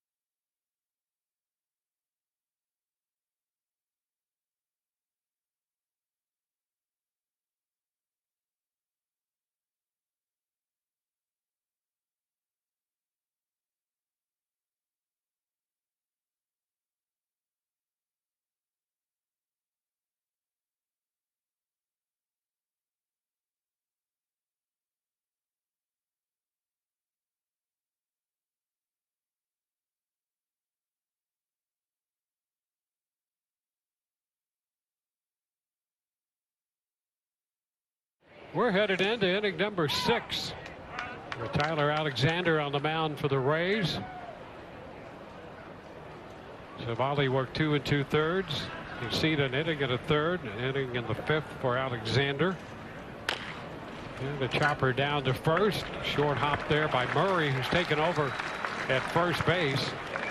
And he makes the play unassisted. So that is the first out. Great job closing ground to get that short hop. That big first baseman's mitt right into the game. The ball finds you. Although if they would have hit it to just about anybody, it would have been just into the game and the ball finds you. Yep. A full defensive switch with the exception of the shortstop Caballero, who is still in there.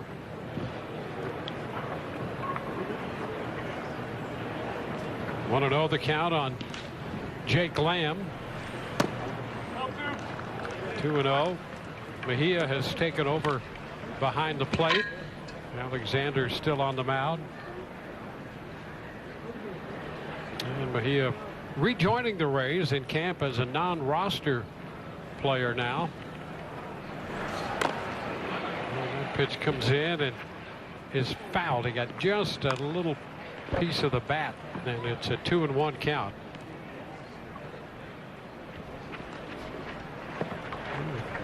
Francisco Mejia back in a Rays uniform. A little number change.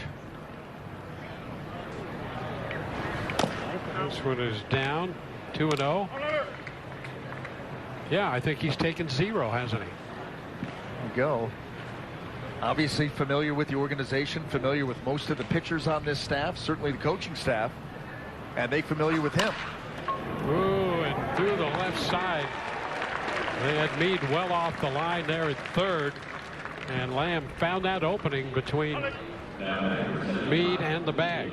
Boy, a nice inside-out swing. Not an easy pitch to handle, but he didn't have to handle it all that well. Just stay inside of it and get it moving the other direction. Good chance you're going to get it into the outfield, which is exactly what he did.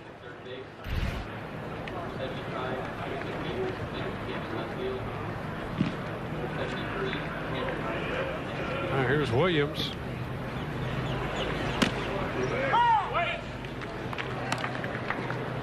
Strike the count. 1 on, 1 out.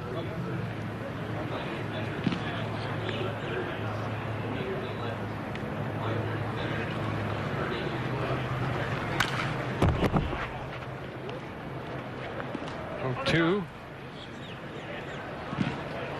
So the Rays with the new outfield. Peters in left, Meisner in center, Cardenas in right field. Meade's at third. Ronnie Simons is at second. Tanner Murray at first. Mejia, as we saw, catching. Alexander still on the mound. A 1-2 count on Williams.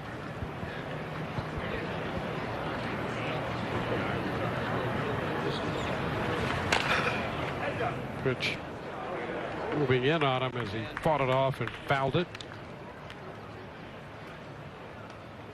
There's the defensive changes in the outfield and the infield with Caballero, the lone starter, remaining in the game.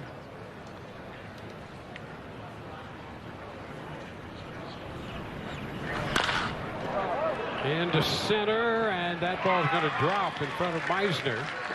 Up to second goes Lamb, and Williams with his second hit. Both hits have been to center field.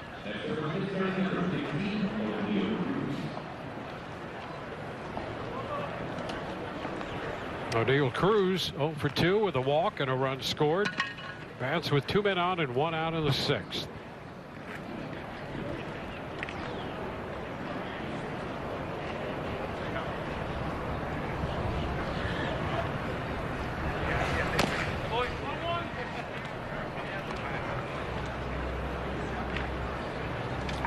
The count.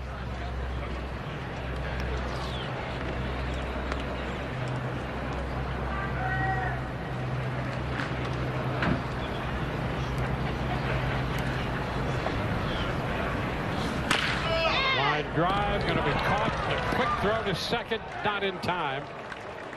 Simon take care of the line drive by Cruz. 2 outs with men at first and second. And Jared Triolo will be the hitter. Just not enough time. The ball got out to him too quick.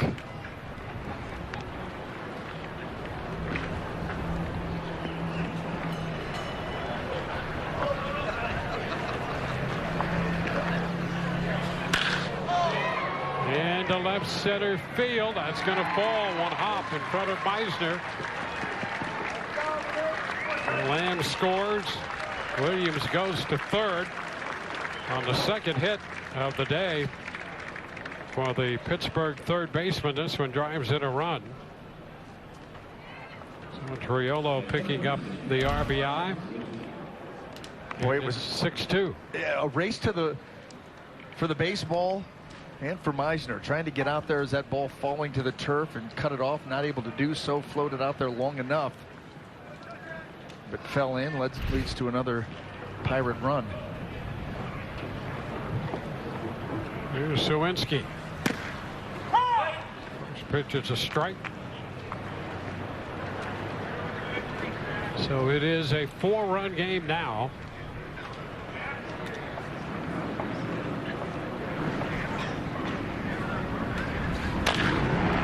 The chopper, Simon waits and now makes the throw to retire the side. A run on 3 hits to left. And as we go to the home half of inning 6, 6-2 Pittsburgh. At Yingling.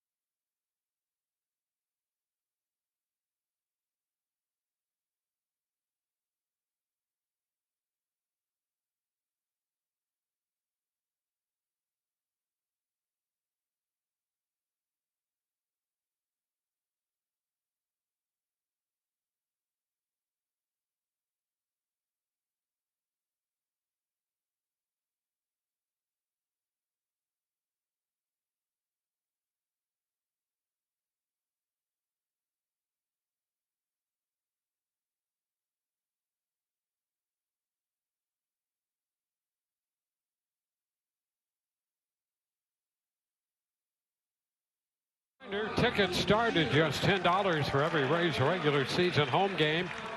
View the schedule and purchase your tickets by visiting RaysBaseball.com.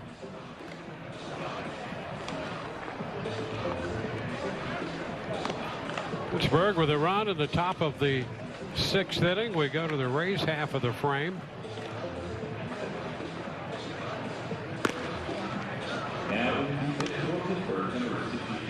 Kyle Nicholas, the new pitcher.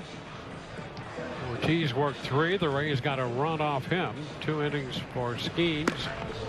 3 hits and 2 runs. And now another right-hander.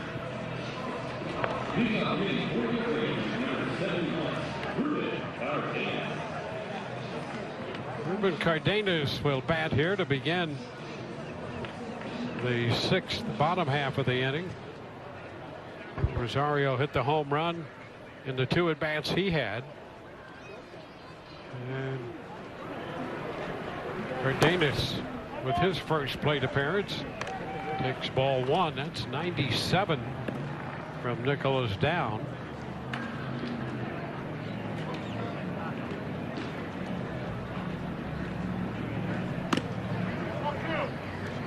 Two-0.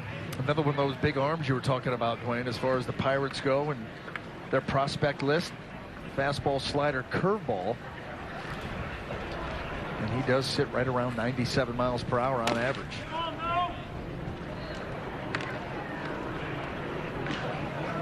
You can see right there with that fastball, too, the ability to drive it downhill. Think about being able to do that. 6'4". On top of that mound, driving a 4-seam fastball downhill. Now you can elevate that pitch. Boy, that makes it tough.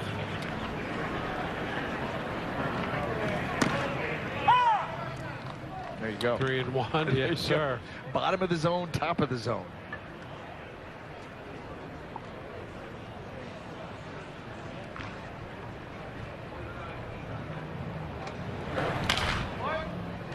And the count is full. Always interested to see, especially with guys that you really don't know that well, how they attack the hitter. Are they north-south guys? Are they east-west? Are they good enough to do all of it? Into center. That's got some sink to it. And played on a hop out there. And the Rays have themselves a base runner to lead off the inning. Rays have put the leadoff man on in 4 of the 6 innings in this game, including the last 3.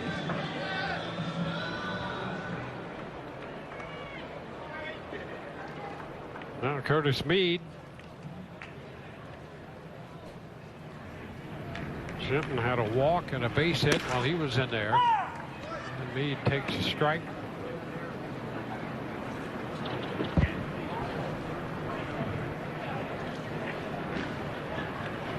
Well, it's going to get tight down at the end of that Rays roster, isn't it? Mm-hmm. With this many people in camp. Oh, this one up and in a bit, 1-1. Curtis Meade figures to be in that mix. You know, you can make a case for a lot of different guys to gobble up the last couple of spots, but you know, obviously it'll be up to the staff and how they piece together this team. But there are going to be some pretty good players that unfortunately aren't going to have a spot from the get-go. Now, the one thing we do know about the Rays is they are going to use their minor league system. They are going to use their 40-man roster. Guys will get opportunities, but will it be from opening day, or will it have to come later in the season?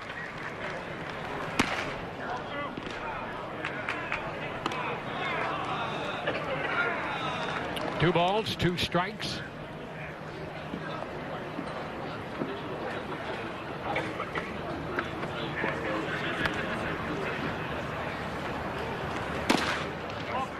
And the count goes full.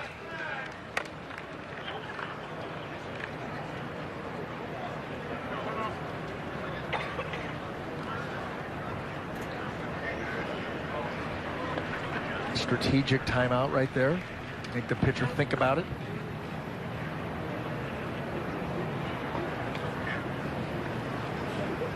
Full count delivery.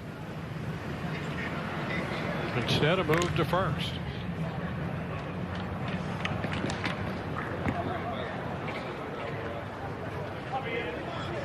Rays have been out hit 10-5 in this game.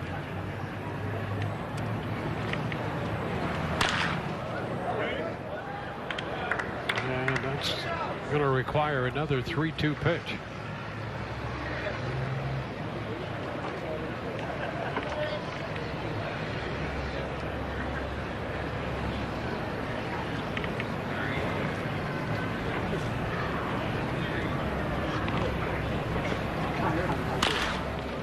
Lifted down the left field line. Gonzalez chasing it down the line from third. That's going to be a foul ball. And Meade will come back to the plate. You see McKinney racing over there from left field and made the sliding attempt. Well, he had a long way to go, and this ball, as far as getting down, perfectly placed. 3 guys converging.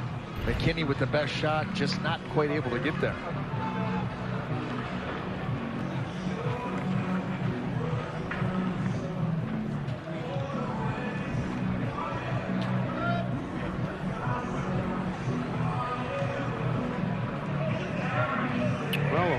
First, a full count on Meade. Cardenas the runner. Caminero is on deck. And that's ball 4. The first 2 men are on for the Rays in the 6th inning.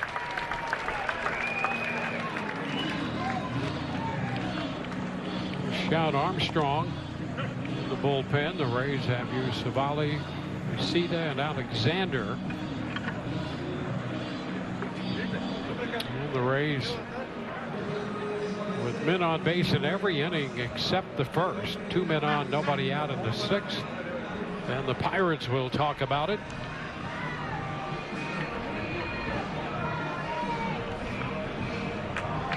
Monero today with a ground ball to second and a force play on a ground ball to third, resulting in a fielder's choice.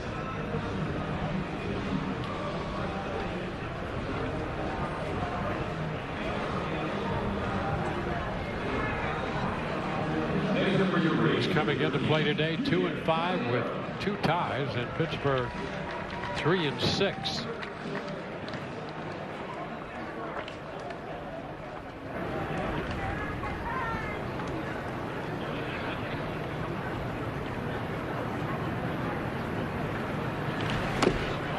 Caminero swings and misses. Strike 1.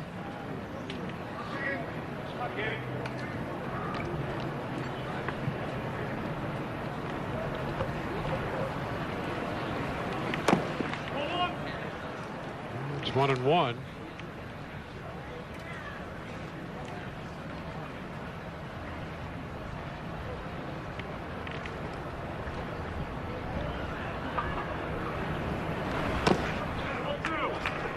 And another check.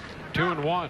Love the adjustment made here by Caminero. You know, that first slider down and away, swung and missed at it. He got 2 more after that and able to recognize it, lay off of it, realizing it's going to end up a ball, and now the count swings in his favor. That will take it to 2-2. And then, of course, the fastball is dotted right on the outside corner to get it back to even.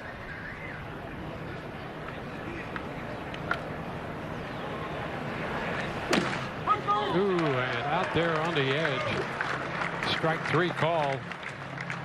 Caminero took a look out there and took what he thought might have been a little off the plate. Let's see. Well, it's close, but again, too close to take. That's a borderline pitch that does not go the Rays' way. So 1 away. Runners first and second, and here is Jose Caballero.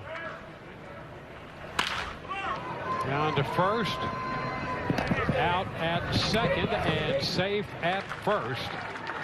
Leaving men at first and third with 2 outs.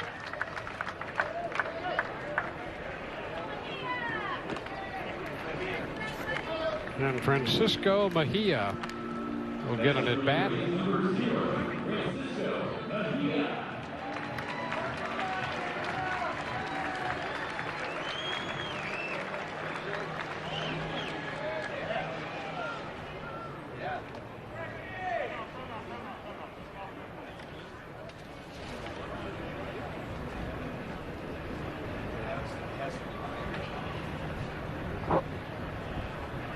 A couple men on base again for the Rays. Mejia takes ball 1 down.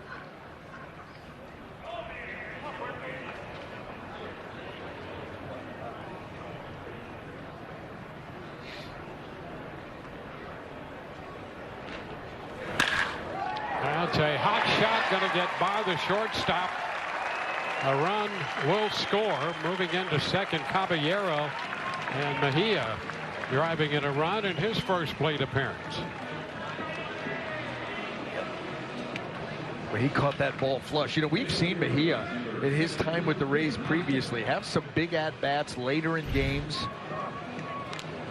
This would certainly qualify. Stays right on that fastball away, lines it the other way with authority, and it just eats up Williams out there at short.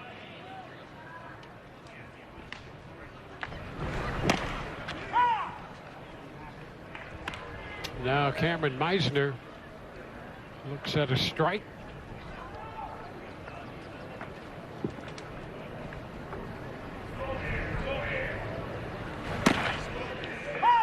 And a pretty good pitch right there on the edge. 0-2.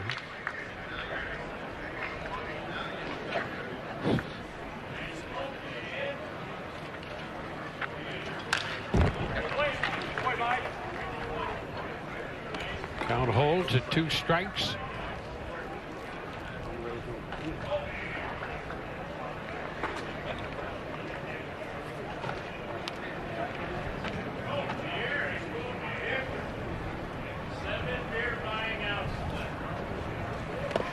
Puts down. 1 ball, 2 strikes. Meisner, 26 years old. Has some pop in his bat.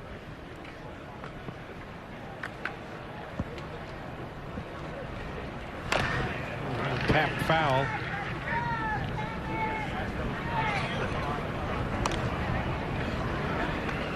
Meisner out of Poplar Bluff, Missouri.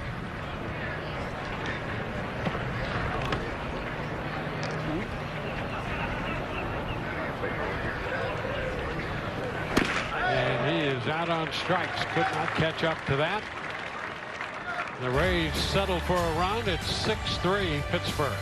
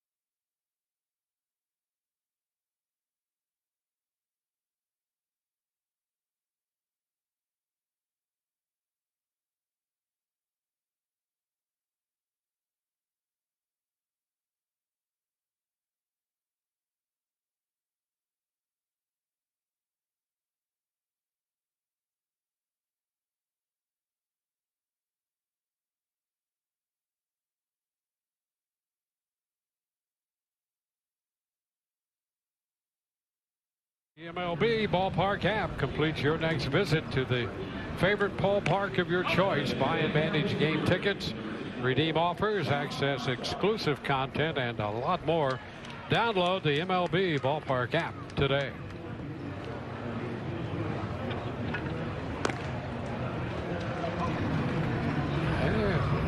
Souvenir bat today.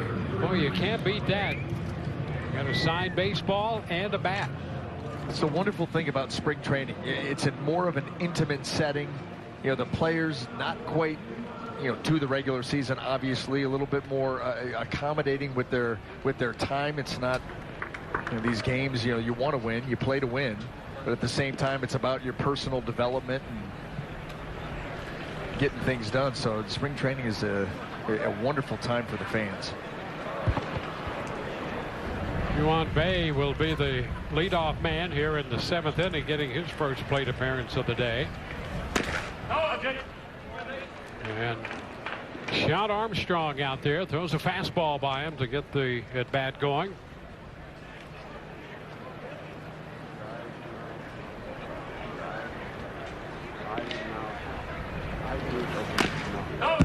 Fouled it right back. Wait. There's Carson Williams out there at shortstop now, one of the top prospects for the Rays, so he takes over for Caballero. Hey, we looked at that list earlier. He was just behind Junior Caminero. So in that top 2 of a loaded farm system, and has been for a while now. There you go, right there. And Williams is only 20 years old. Chop out to second. Simon with the throw to first. Over to Murray. So 1 away.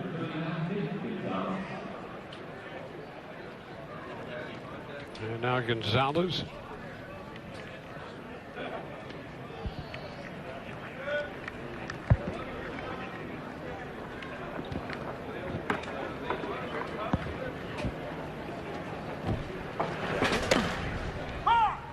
And a strike on the outside edge. No, that's what Sean Armstrong does. Comes out of that bullpen, high leverage reliever, pounds the strike zone. He does a great job of avoiding the walk. Got an outstanding cutter 2-seamer combo. Yeah, down there along the first base line, foul, 0-2.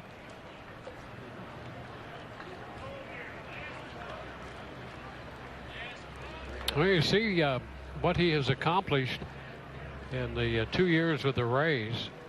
And last year, those are lights out numbers. Yeah. Anytime you can get that whip sub-1,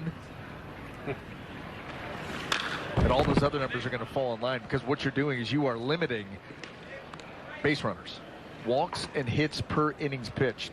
Less than 1. 1 is the gold standard. You can get sub-1. You're just not giving up much of anything, especially if you can keep the ball in the yard.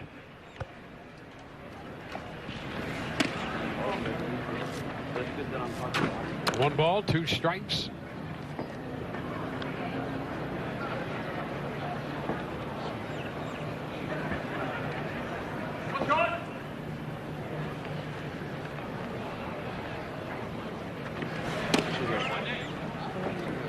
Two. Armstrong, 33 years old and a very big part of this bullpen.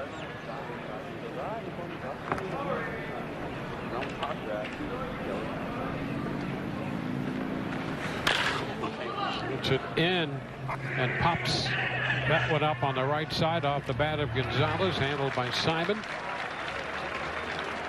So a ground out to second and a pop out to second. Billy McKinney on his way to the plate.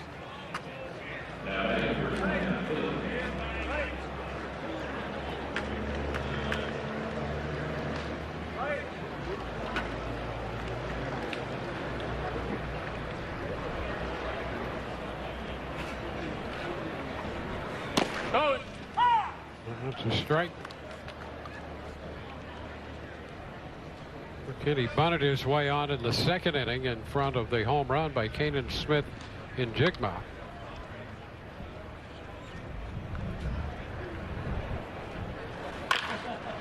Ground ball right side. Simon is there.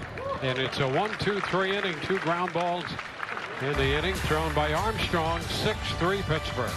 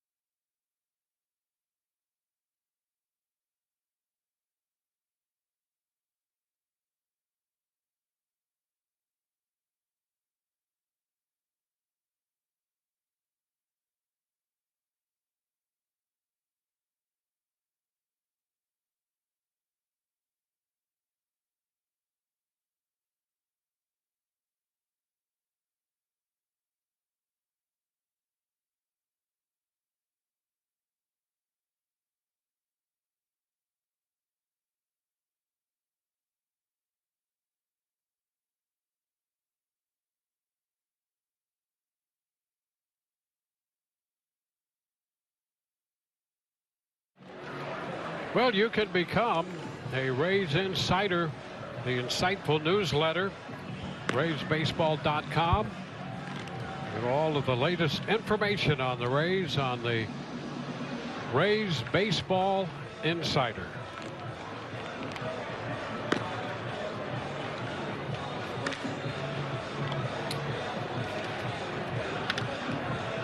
Nothing like a good time at the old ballpark. Boy, you get enjoying every last in-between inning song. What are we in the bottom of the seventh inning stretch? Yep. I love the foam finger, by the way. Love the foam finger. Yep. Well, it has so many utilitarian purposes for it. That's how my left hand is formed most of the time anyway. Yeah, there you go. The high left finger comes out, Yep. a lot of pointing. And emphasizing a point. That's right. Yep. Settling down a crowd. He's got the 2 for going. Yeah. Look out.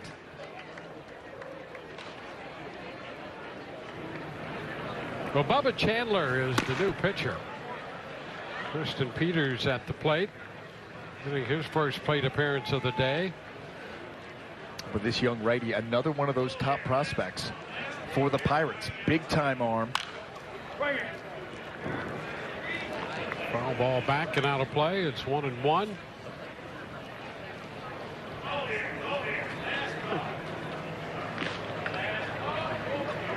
Well, there's some optimism around this Pittsburgh ball club because of the young talent, and we've seen a good part of it today. He was able to get to the AA level a season ago for 5 innings with Altoona.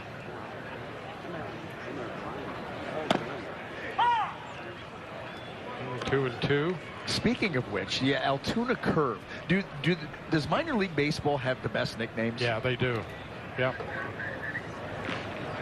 And mascots.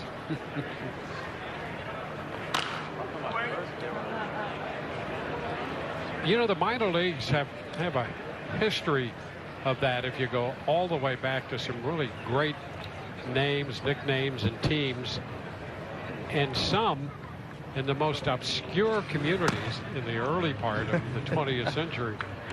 It's really a great research project to undertake just for the fun of it. And over the last decade or so, there's been a kind of a rejuvenation of some really great nicknames. 3-2, and Peters sends it into left. That ball will be caught for the first out. And I've gotten to learn some of those names, some new ones that you come across, because the kids' Little League that they play in, they use minor league nicknames. Oh. So, for instance, yeah. Harper last season played for the Trash Pandas. There you go. You got that. The Grasshoppers. Yep.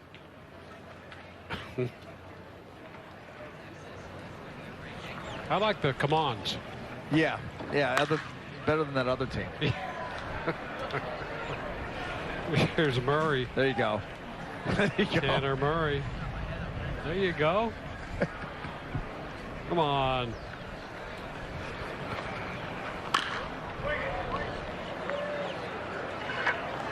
Two strikes the count.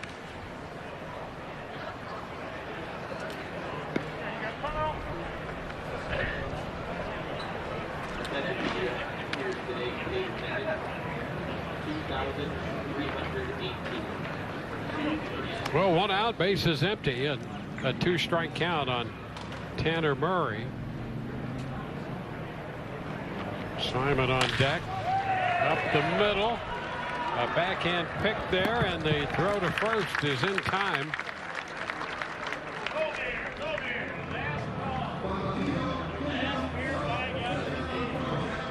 So 2 outs. And here's Simon.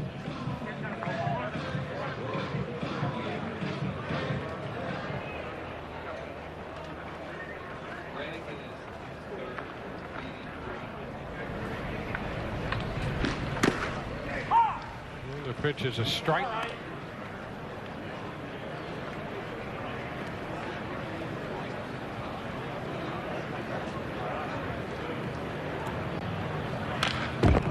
Swing and a foul ball back. I'm looking at some of these team names, Dwayne. You've got the Montgomery Biscuits. Yep. That made the top 12 list. The Fort Myers Mighty Muscles. Mm-hmm. How about the Hartford Yard Goats? Yes. That's a great good one.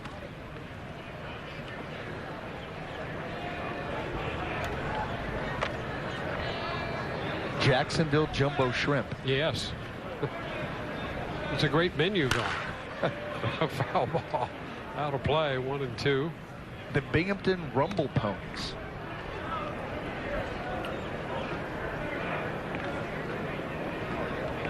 Oh, wait, you know what? The Binghamton Rumble Ponies, yes. That's the AA affiliate of the New York Mets. I believe that Reed Brignac is the manager of that team. Really? Yes. Ball 2. Run into Reed in the offseason, and that's where he was a season ago. He was the AA manager in the Mets organization, so that would be the Binghamton Rumble Ponies. I'm going to be asking him for a shirt. Absolutely. Yeah. 2-2 and a liner to short. Caught out there in a 1-2-3 inning. We go to the 8th. 6-3 Pittsburgh.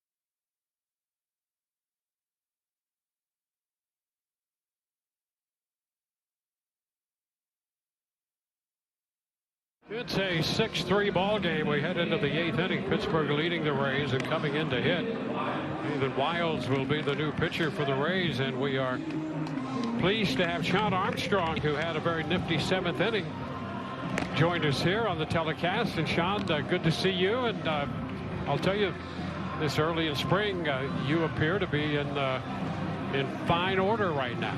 I appreciate that. So feeling pretty good so far. Good to get the feet wet back in the first game. Yep. You know, coming into camp, what was the focus for you? Is it something that you're working on, tweaking, or is it just overall refinement of your stuff? You know, I think first and foremost for me, just coming in healthy. That was the biggest thing this year, coming off of what happened, last spring. But, overall, just working on the arsenal, just kind of solidify that, take it stepping stone, talking with Snyder and those guys throughout the camp. We had a really defined plan moving forward, for the off season. So I just kind of stuck to that, stuck with Snyder. I mean, he's been in my, my right-hand man ever since I got traded over here, so I can't say enough about him. They do a great job, preparing us, being very communicative and everything when we get to camp. You speaking about that, the plan you have for the offseason moving into spring training, when does that start? When is Kyle reaching out to you and you guys are really starting to work on a game plan far before you get here? So he gives us that first month to kind of reset, hit the reset button, let us just kind of get home, get to our families, enjoy the offseason a little bit. Then they start reaching out in November. And I'm very communicative with him. I send my full throwing schedule for the whole offseason, so he pretty much has a defined plan, and then he just goes through and fine-tunes a little bit of, arsenal, pitch counts and bullpens, what he wants me to get to before I get to camp, and those little things. And then obviously talking with him and Winston and what I could have done better from last year and just different regiments and usages and what they're playing for is in spring training to prepare for spring. So, again, they're very diligent at what they do and very thankful to be here with them. So, speaking of last year, how much better could you do with a .9 whip and a 1.3 ERA? It's not so much, I don't think it's so much more as what I could do better, is more of just usage and the ways I can get, a little bit more swing and miss here and there, and just those type of things just to help, define that role, considering I'm used in every single situation in a game, just the ways I can, do different things quarterly that way. Speaking of that, it was funny. I wanted to get to that. You just talked about being used in lots of different situations throughout the course of the season. Talk about the unselfish nature of the bullpen that you belong to. You've got high leverage guys throughout, and it seems like you are all willing to take the ball whenever called upon. Nobody needs a specific role. Just put me in. I'll get the outs that I need to get for this team. For sure. I mean, that's what, I think you hear it from us collectively, 1 through 8 that's down there from last year, years past. We don't really care about the role. Our job is to get the ball to Pete in the 9th inning. And whatever else that entails throughout the game, we just go out there and try and do our job. That's what matters, just go out and get outs, pick up each other, pass the ball to the next guy, and just try and put up zeros. So, I mean, collectively, we're all on the same page. I think that's, you find that different sometimes where, some teams have a set 6, 7, 8, 9, whatever it may be. We don't care. We just want to go out and get a win at the end of the day and then just pick each other up and move on to the next day.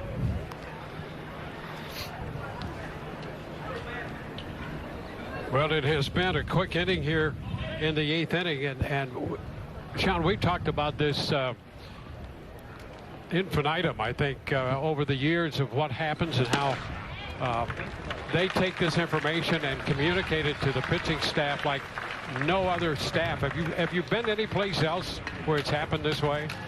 No, I can't. I mean, Cleveland, when I was there, as a small sample size as a young guy, obviously there's a lot of information to retain and learning from that staff that I was able to debut with. But as far as collectively a pitching coach being able to decipher information, 1 through 40 guys in camp, and then when we get in the season, all 13 of us, 14 of us, whatever it may be at the time. I mean, again, they do a very good job distinguishing and having each person's singular plan moving forward. So I mean, it just makes it very simple for us, and then they bottle you up into who you are, not compared to another person, compared to other data, what they need. It's like, no, what makes you you? How can we make you better, and how can we have you to compete with your best stuff in the zone? So I mean, it's a very simplified process, but again, the information that they give us is different for each of us. It's what we can retain, what we do best, and again, Snyder's amazing at doing that. So like he's able to take each of us in a different category, simplify information, and just make us the best version of ourselves. Yeah, they do a great job of the information. You guys do a great job of the execution, and it's fun to watch you. We appreciate your time with us today. Thank you so much. I appreciate it.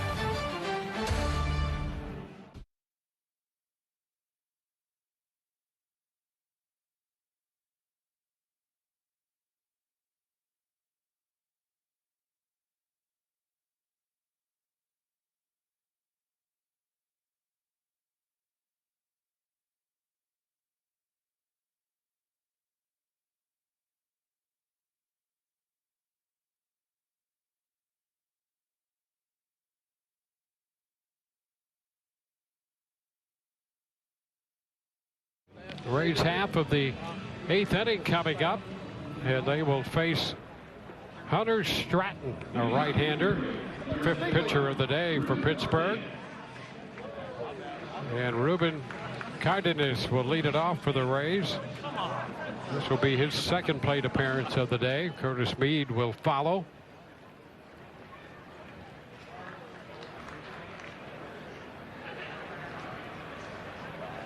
Chandler worked 1 inning, and now first pitch is foul back. Pitch from Stratton.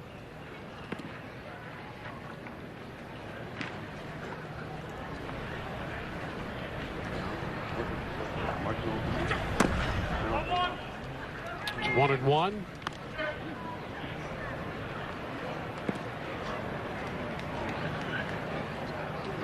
I thought there were some really good answers, enlightening answers from Sean Armstrong that last interview. I think so, absolutely. Just talking about, because you get that feeling. You spend enough time around them, you get the feeling that these guys are all about coming in and getting outs whenever called upon.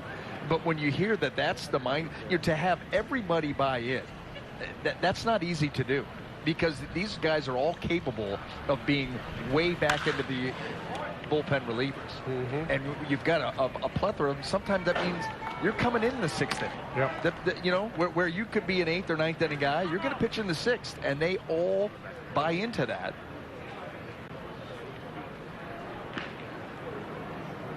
Well, the conversation is ongoing. Yeah. I mean, there's no question about that. They're exploring all facets of this game. I think that's what makes Kyle Snyder special, is the ability to connect with a lot of different personality types. Cardenas sends it into center, caught by Bay out there, 1 away. Just because, having been on these staffs before, not everybody takes in the information the same way. Some guys are feel guys. Some guys are visual guys. It's all different, and you've got to figure out what type this particular pitcher is, and that's how you're going to connect with them and then be able to make necessary corrections. And that's not easy to do, but that's something that Kyle Snyder's great at. There's a strike to Mead. He drew a walk in his only plate appearance of the day.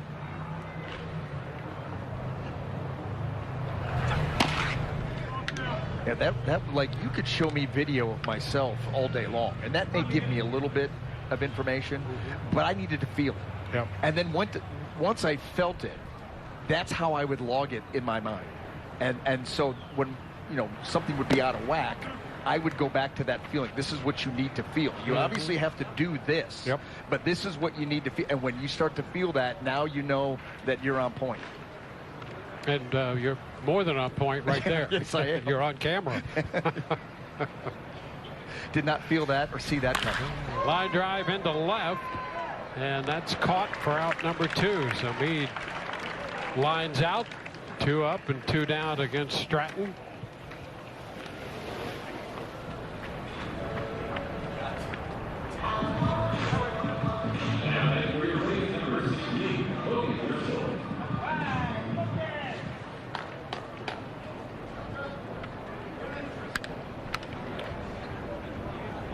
Logan Driscoll getting an at bat here in the DH spot. Caminero originally the DH today.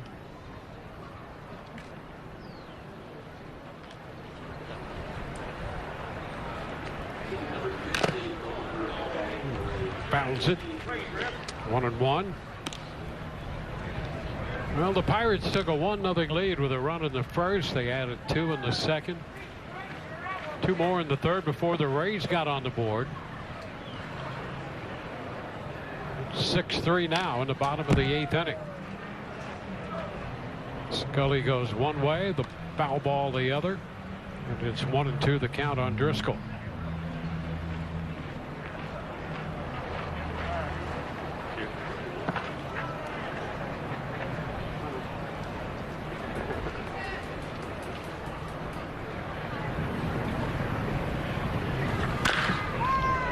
Soft little humpback liner caught down there at first to retire the side. 1, 2, 3 go the Rays, and we go to the 9th. 6-3 Pittsburgh. You're watching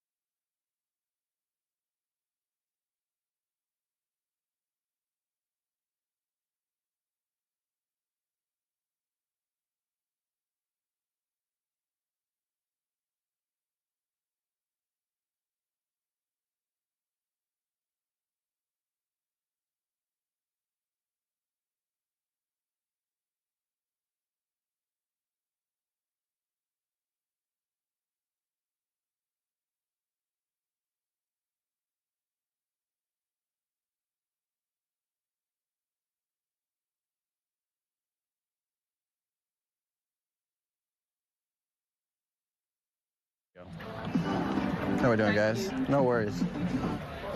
You guys need to say hi to Junior. What? Junior, say hi, man. Hi. Oh, you are? Yeah. So if I'm off position in the first inning, just know that I can't multitask. It's just the first inning. We're not Mike Elroy. He thinks that is a dog. And this one right here, coming off. There we go. Need a smaller hat, I guess. Well, thanks to Johnny DeLuca. That was fun to get the telecast started today in the first inning. It certainly was, and he got a couple of teammates involved because most of the time when guys find out that you're mic'd up, you become an outcast until that bit of technology goes away. Well, it didn't happen today. First pitch, hey, we have an all Mejia battery.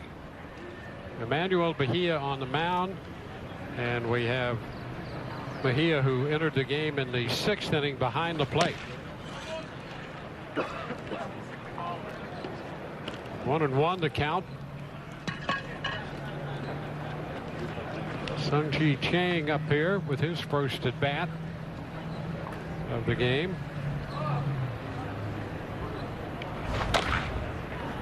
Chops it foul. 1-2. So there you go. Mejia to Mejia. Boy, our crew. Right on it. All over it. Yep. Something that you see every day, D-Wayne. No two games are ever alike. They aren't. It is pretty remarkable how often you go to the ballpark, and maybe not how often, but you see something and you're like, I'm not sure I've seen that before. And it can be something, you know, it's a throwaway, a foul ball into the stands, but it is awfully different day to day. And a strikeout there for Mejia.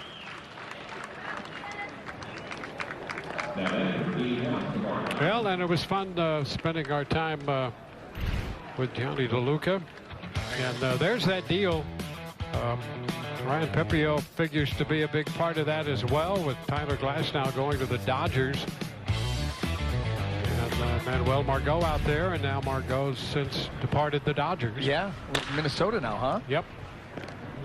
Chop to the left side. Meade, the third baseman, well off the line. And Demar Johnson is out number 2. I thought it was interesting when we asked Johnny how he had found out about the trade. He was basically like, yeah, social media. Social media is how he found out about the trade. How about that? That's a pretty big move, too, when you think about that's a big trade. Glasnow, Margot, and you're getting those young players back with really, really high ceilings. And they're going to get plugged right in and get opportunities. First pitch, Grant Cook up there, takes it low, 1-0. Well, they will get opportunities, no question, and the Rays have a penchant for those kind of trades that really, in the grand scheme of things, turn out to be positive moves. There's a base hit into right center, and that's going to be chased by Meisner and Cardenas, and a 2-base hit with 2 outs here in the 9th. Well, and that's the thing, Dwayne, when you're talking about making those big trades, when you're going to trade a starter like Tyler Glasnow and Manuel Margot, what he had done for this team, you know, coming out of the outfield, you can't miss on them. If you miss on them, it sets you back so far. You have got to hit on most, if not all, of those trades, and the Rays, like you just said, have a penchant for doing that, which is why they stay right in the thick of it every single year. Yeah, and that's the thing that that you just cannot overlook when you look at where the Rays have been and what they've done over the past. Well, you know, you go back 99 wins last year, you know, 86 the year before, 100 before that, and 20. They went 40-20 in the abbreviated season, had a run of 96 and 90, all the way stretching back into 18. That's a great run. Pitch is down. 2-1 to count to Bay. Overcoming some roster churn, think about last season. You know, 60% of your starting rotation missed a good chunk of the season. Yep. and still 99 wins. 2-2. Well, if you start 21 when the Rays won the East and won 100 games, the wild card in 86 with 86 wins in 22 and 99 wins last year, that's a base hit into right center. That will score the run. Bay will make a big turn and hold there with an RBI single. And it's now 7-3.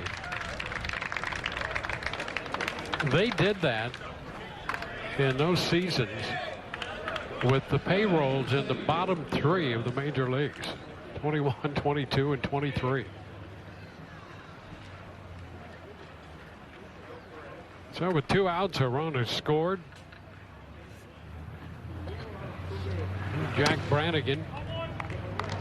Don't you get the feeling, though, being around the team, listening, reading between the lines, that that's all well and good, but it's time for more. The next step time. Yep. We're done just getting there.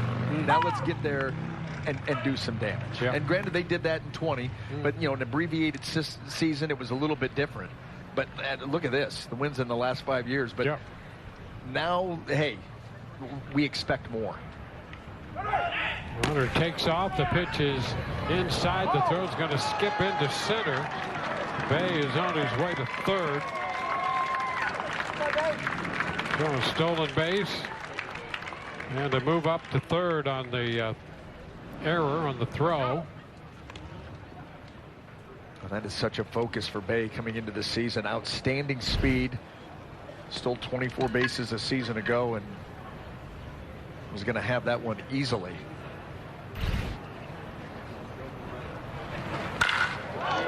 And Perez lines it into left, and a diving catch out there by Tristan Peters. And that will retire the side. A run is scored, and what a grab it was in left field.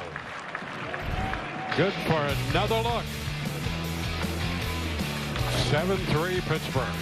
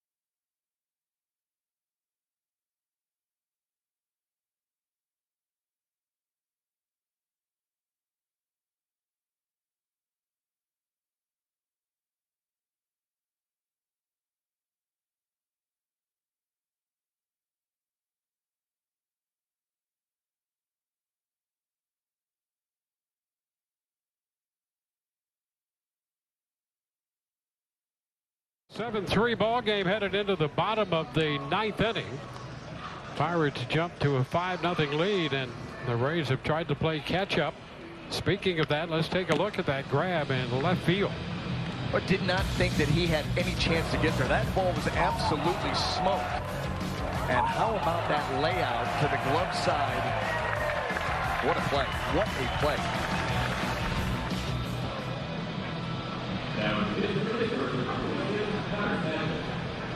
Yeah, I thought that ball was destined to get down and get to that left field wall, and just able to close and time the dive perfectly to take that ball right off the turf. And we go to the bottom of the 9th. Connor Sadzik will be the new pitcher. And Carson Williams will come on to bat. So Carson Williams, one of the top prospects for the Rays, will lead it off here.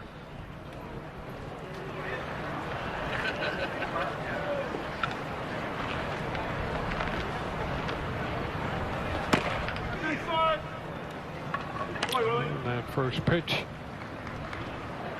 he takes for a ball. Williams won't be 21 until late June. Ahead in the count, 2-0. Boy, such valuable experiences getting into these games.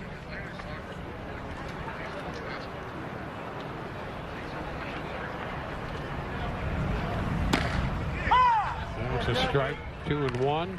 Oh, and you know that he's like a sponge too, away from the field, at least this field, you know, on the backfield, soaking up everything that he can from those around him, putting the reps in.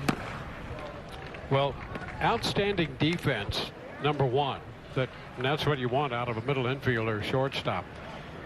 And he's hit 42 home runs in the last 2 years in the minor leagues. So he's got some pop in that bat. You could see already just his body type. He's going to have a leveraged swing. And he takes strike 3 right there on the outside edge. And you're not doing much with that pitch right there. Maybe you foul it off. That's about the best you're going to do. That was driven downhill, kneecaps, outside corner.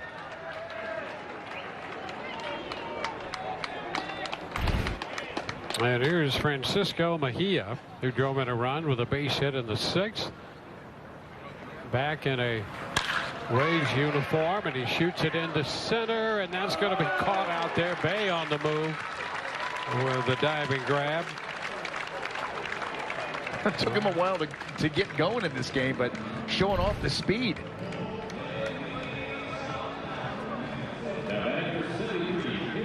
Stolen base last half inning, and a nifty little play in center field here. And now Meisner, Cameron Meisner.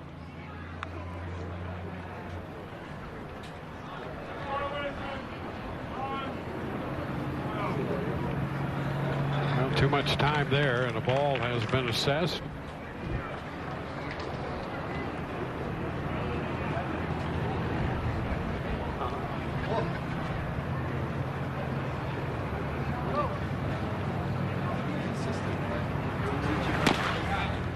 A strike. 1-1.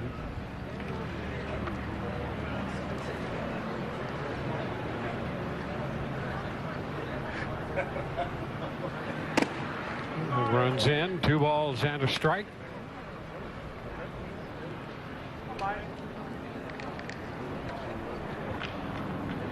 Pittsburgh with a run in the 1st, and the Pirates have led throughout the entire game.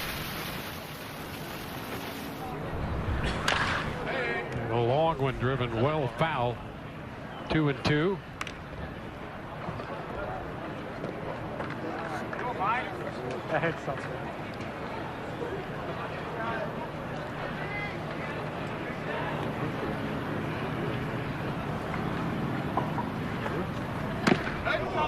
It's wide. Rays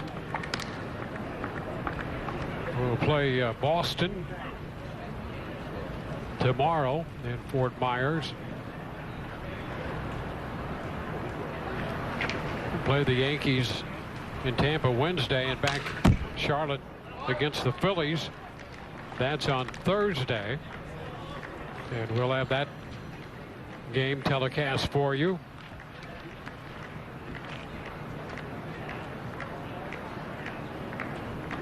And the Rays are going to head to the Dominican Republic. Oh, that's right. Yep. And that's going to be ball 4. So with 2 outs, the 9th inning will continue.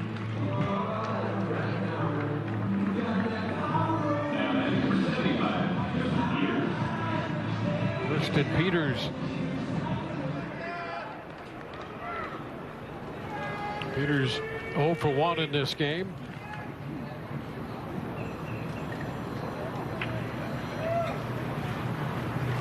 Yeah. Did he go? He did not on the appeal down to Matt Brown at 3rd.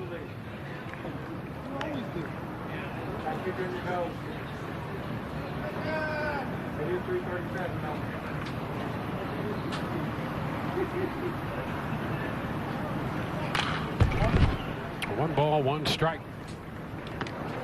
Can't wait to see you this season, Jay.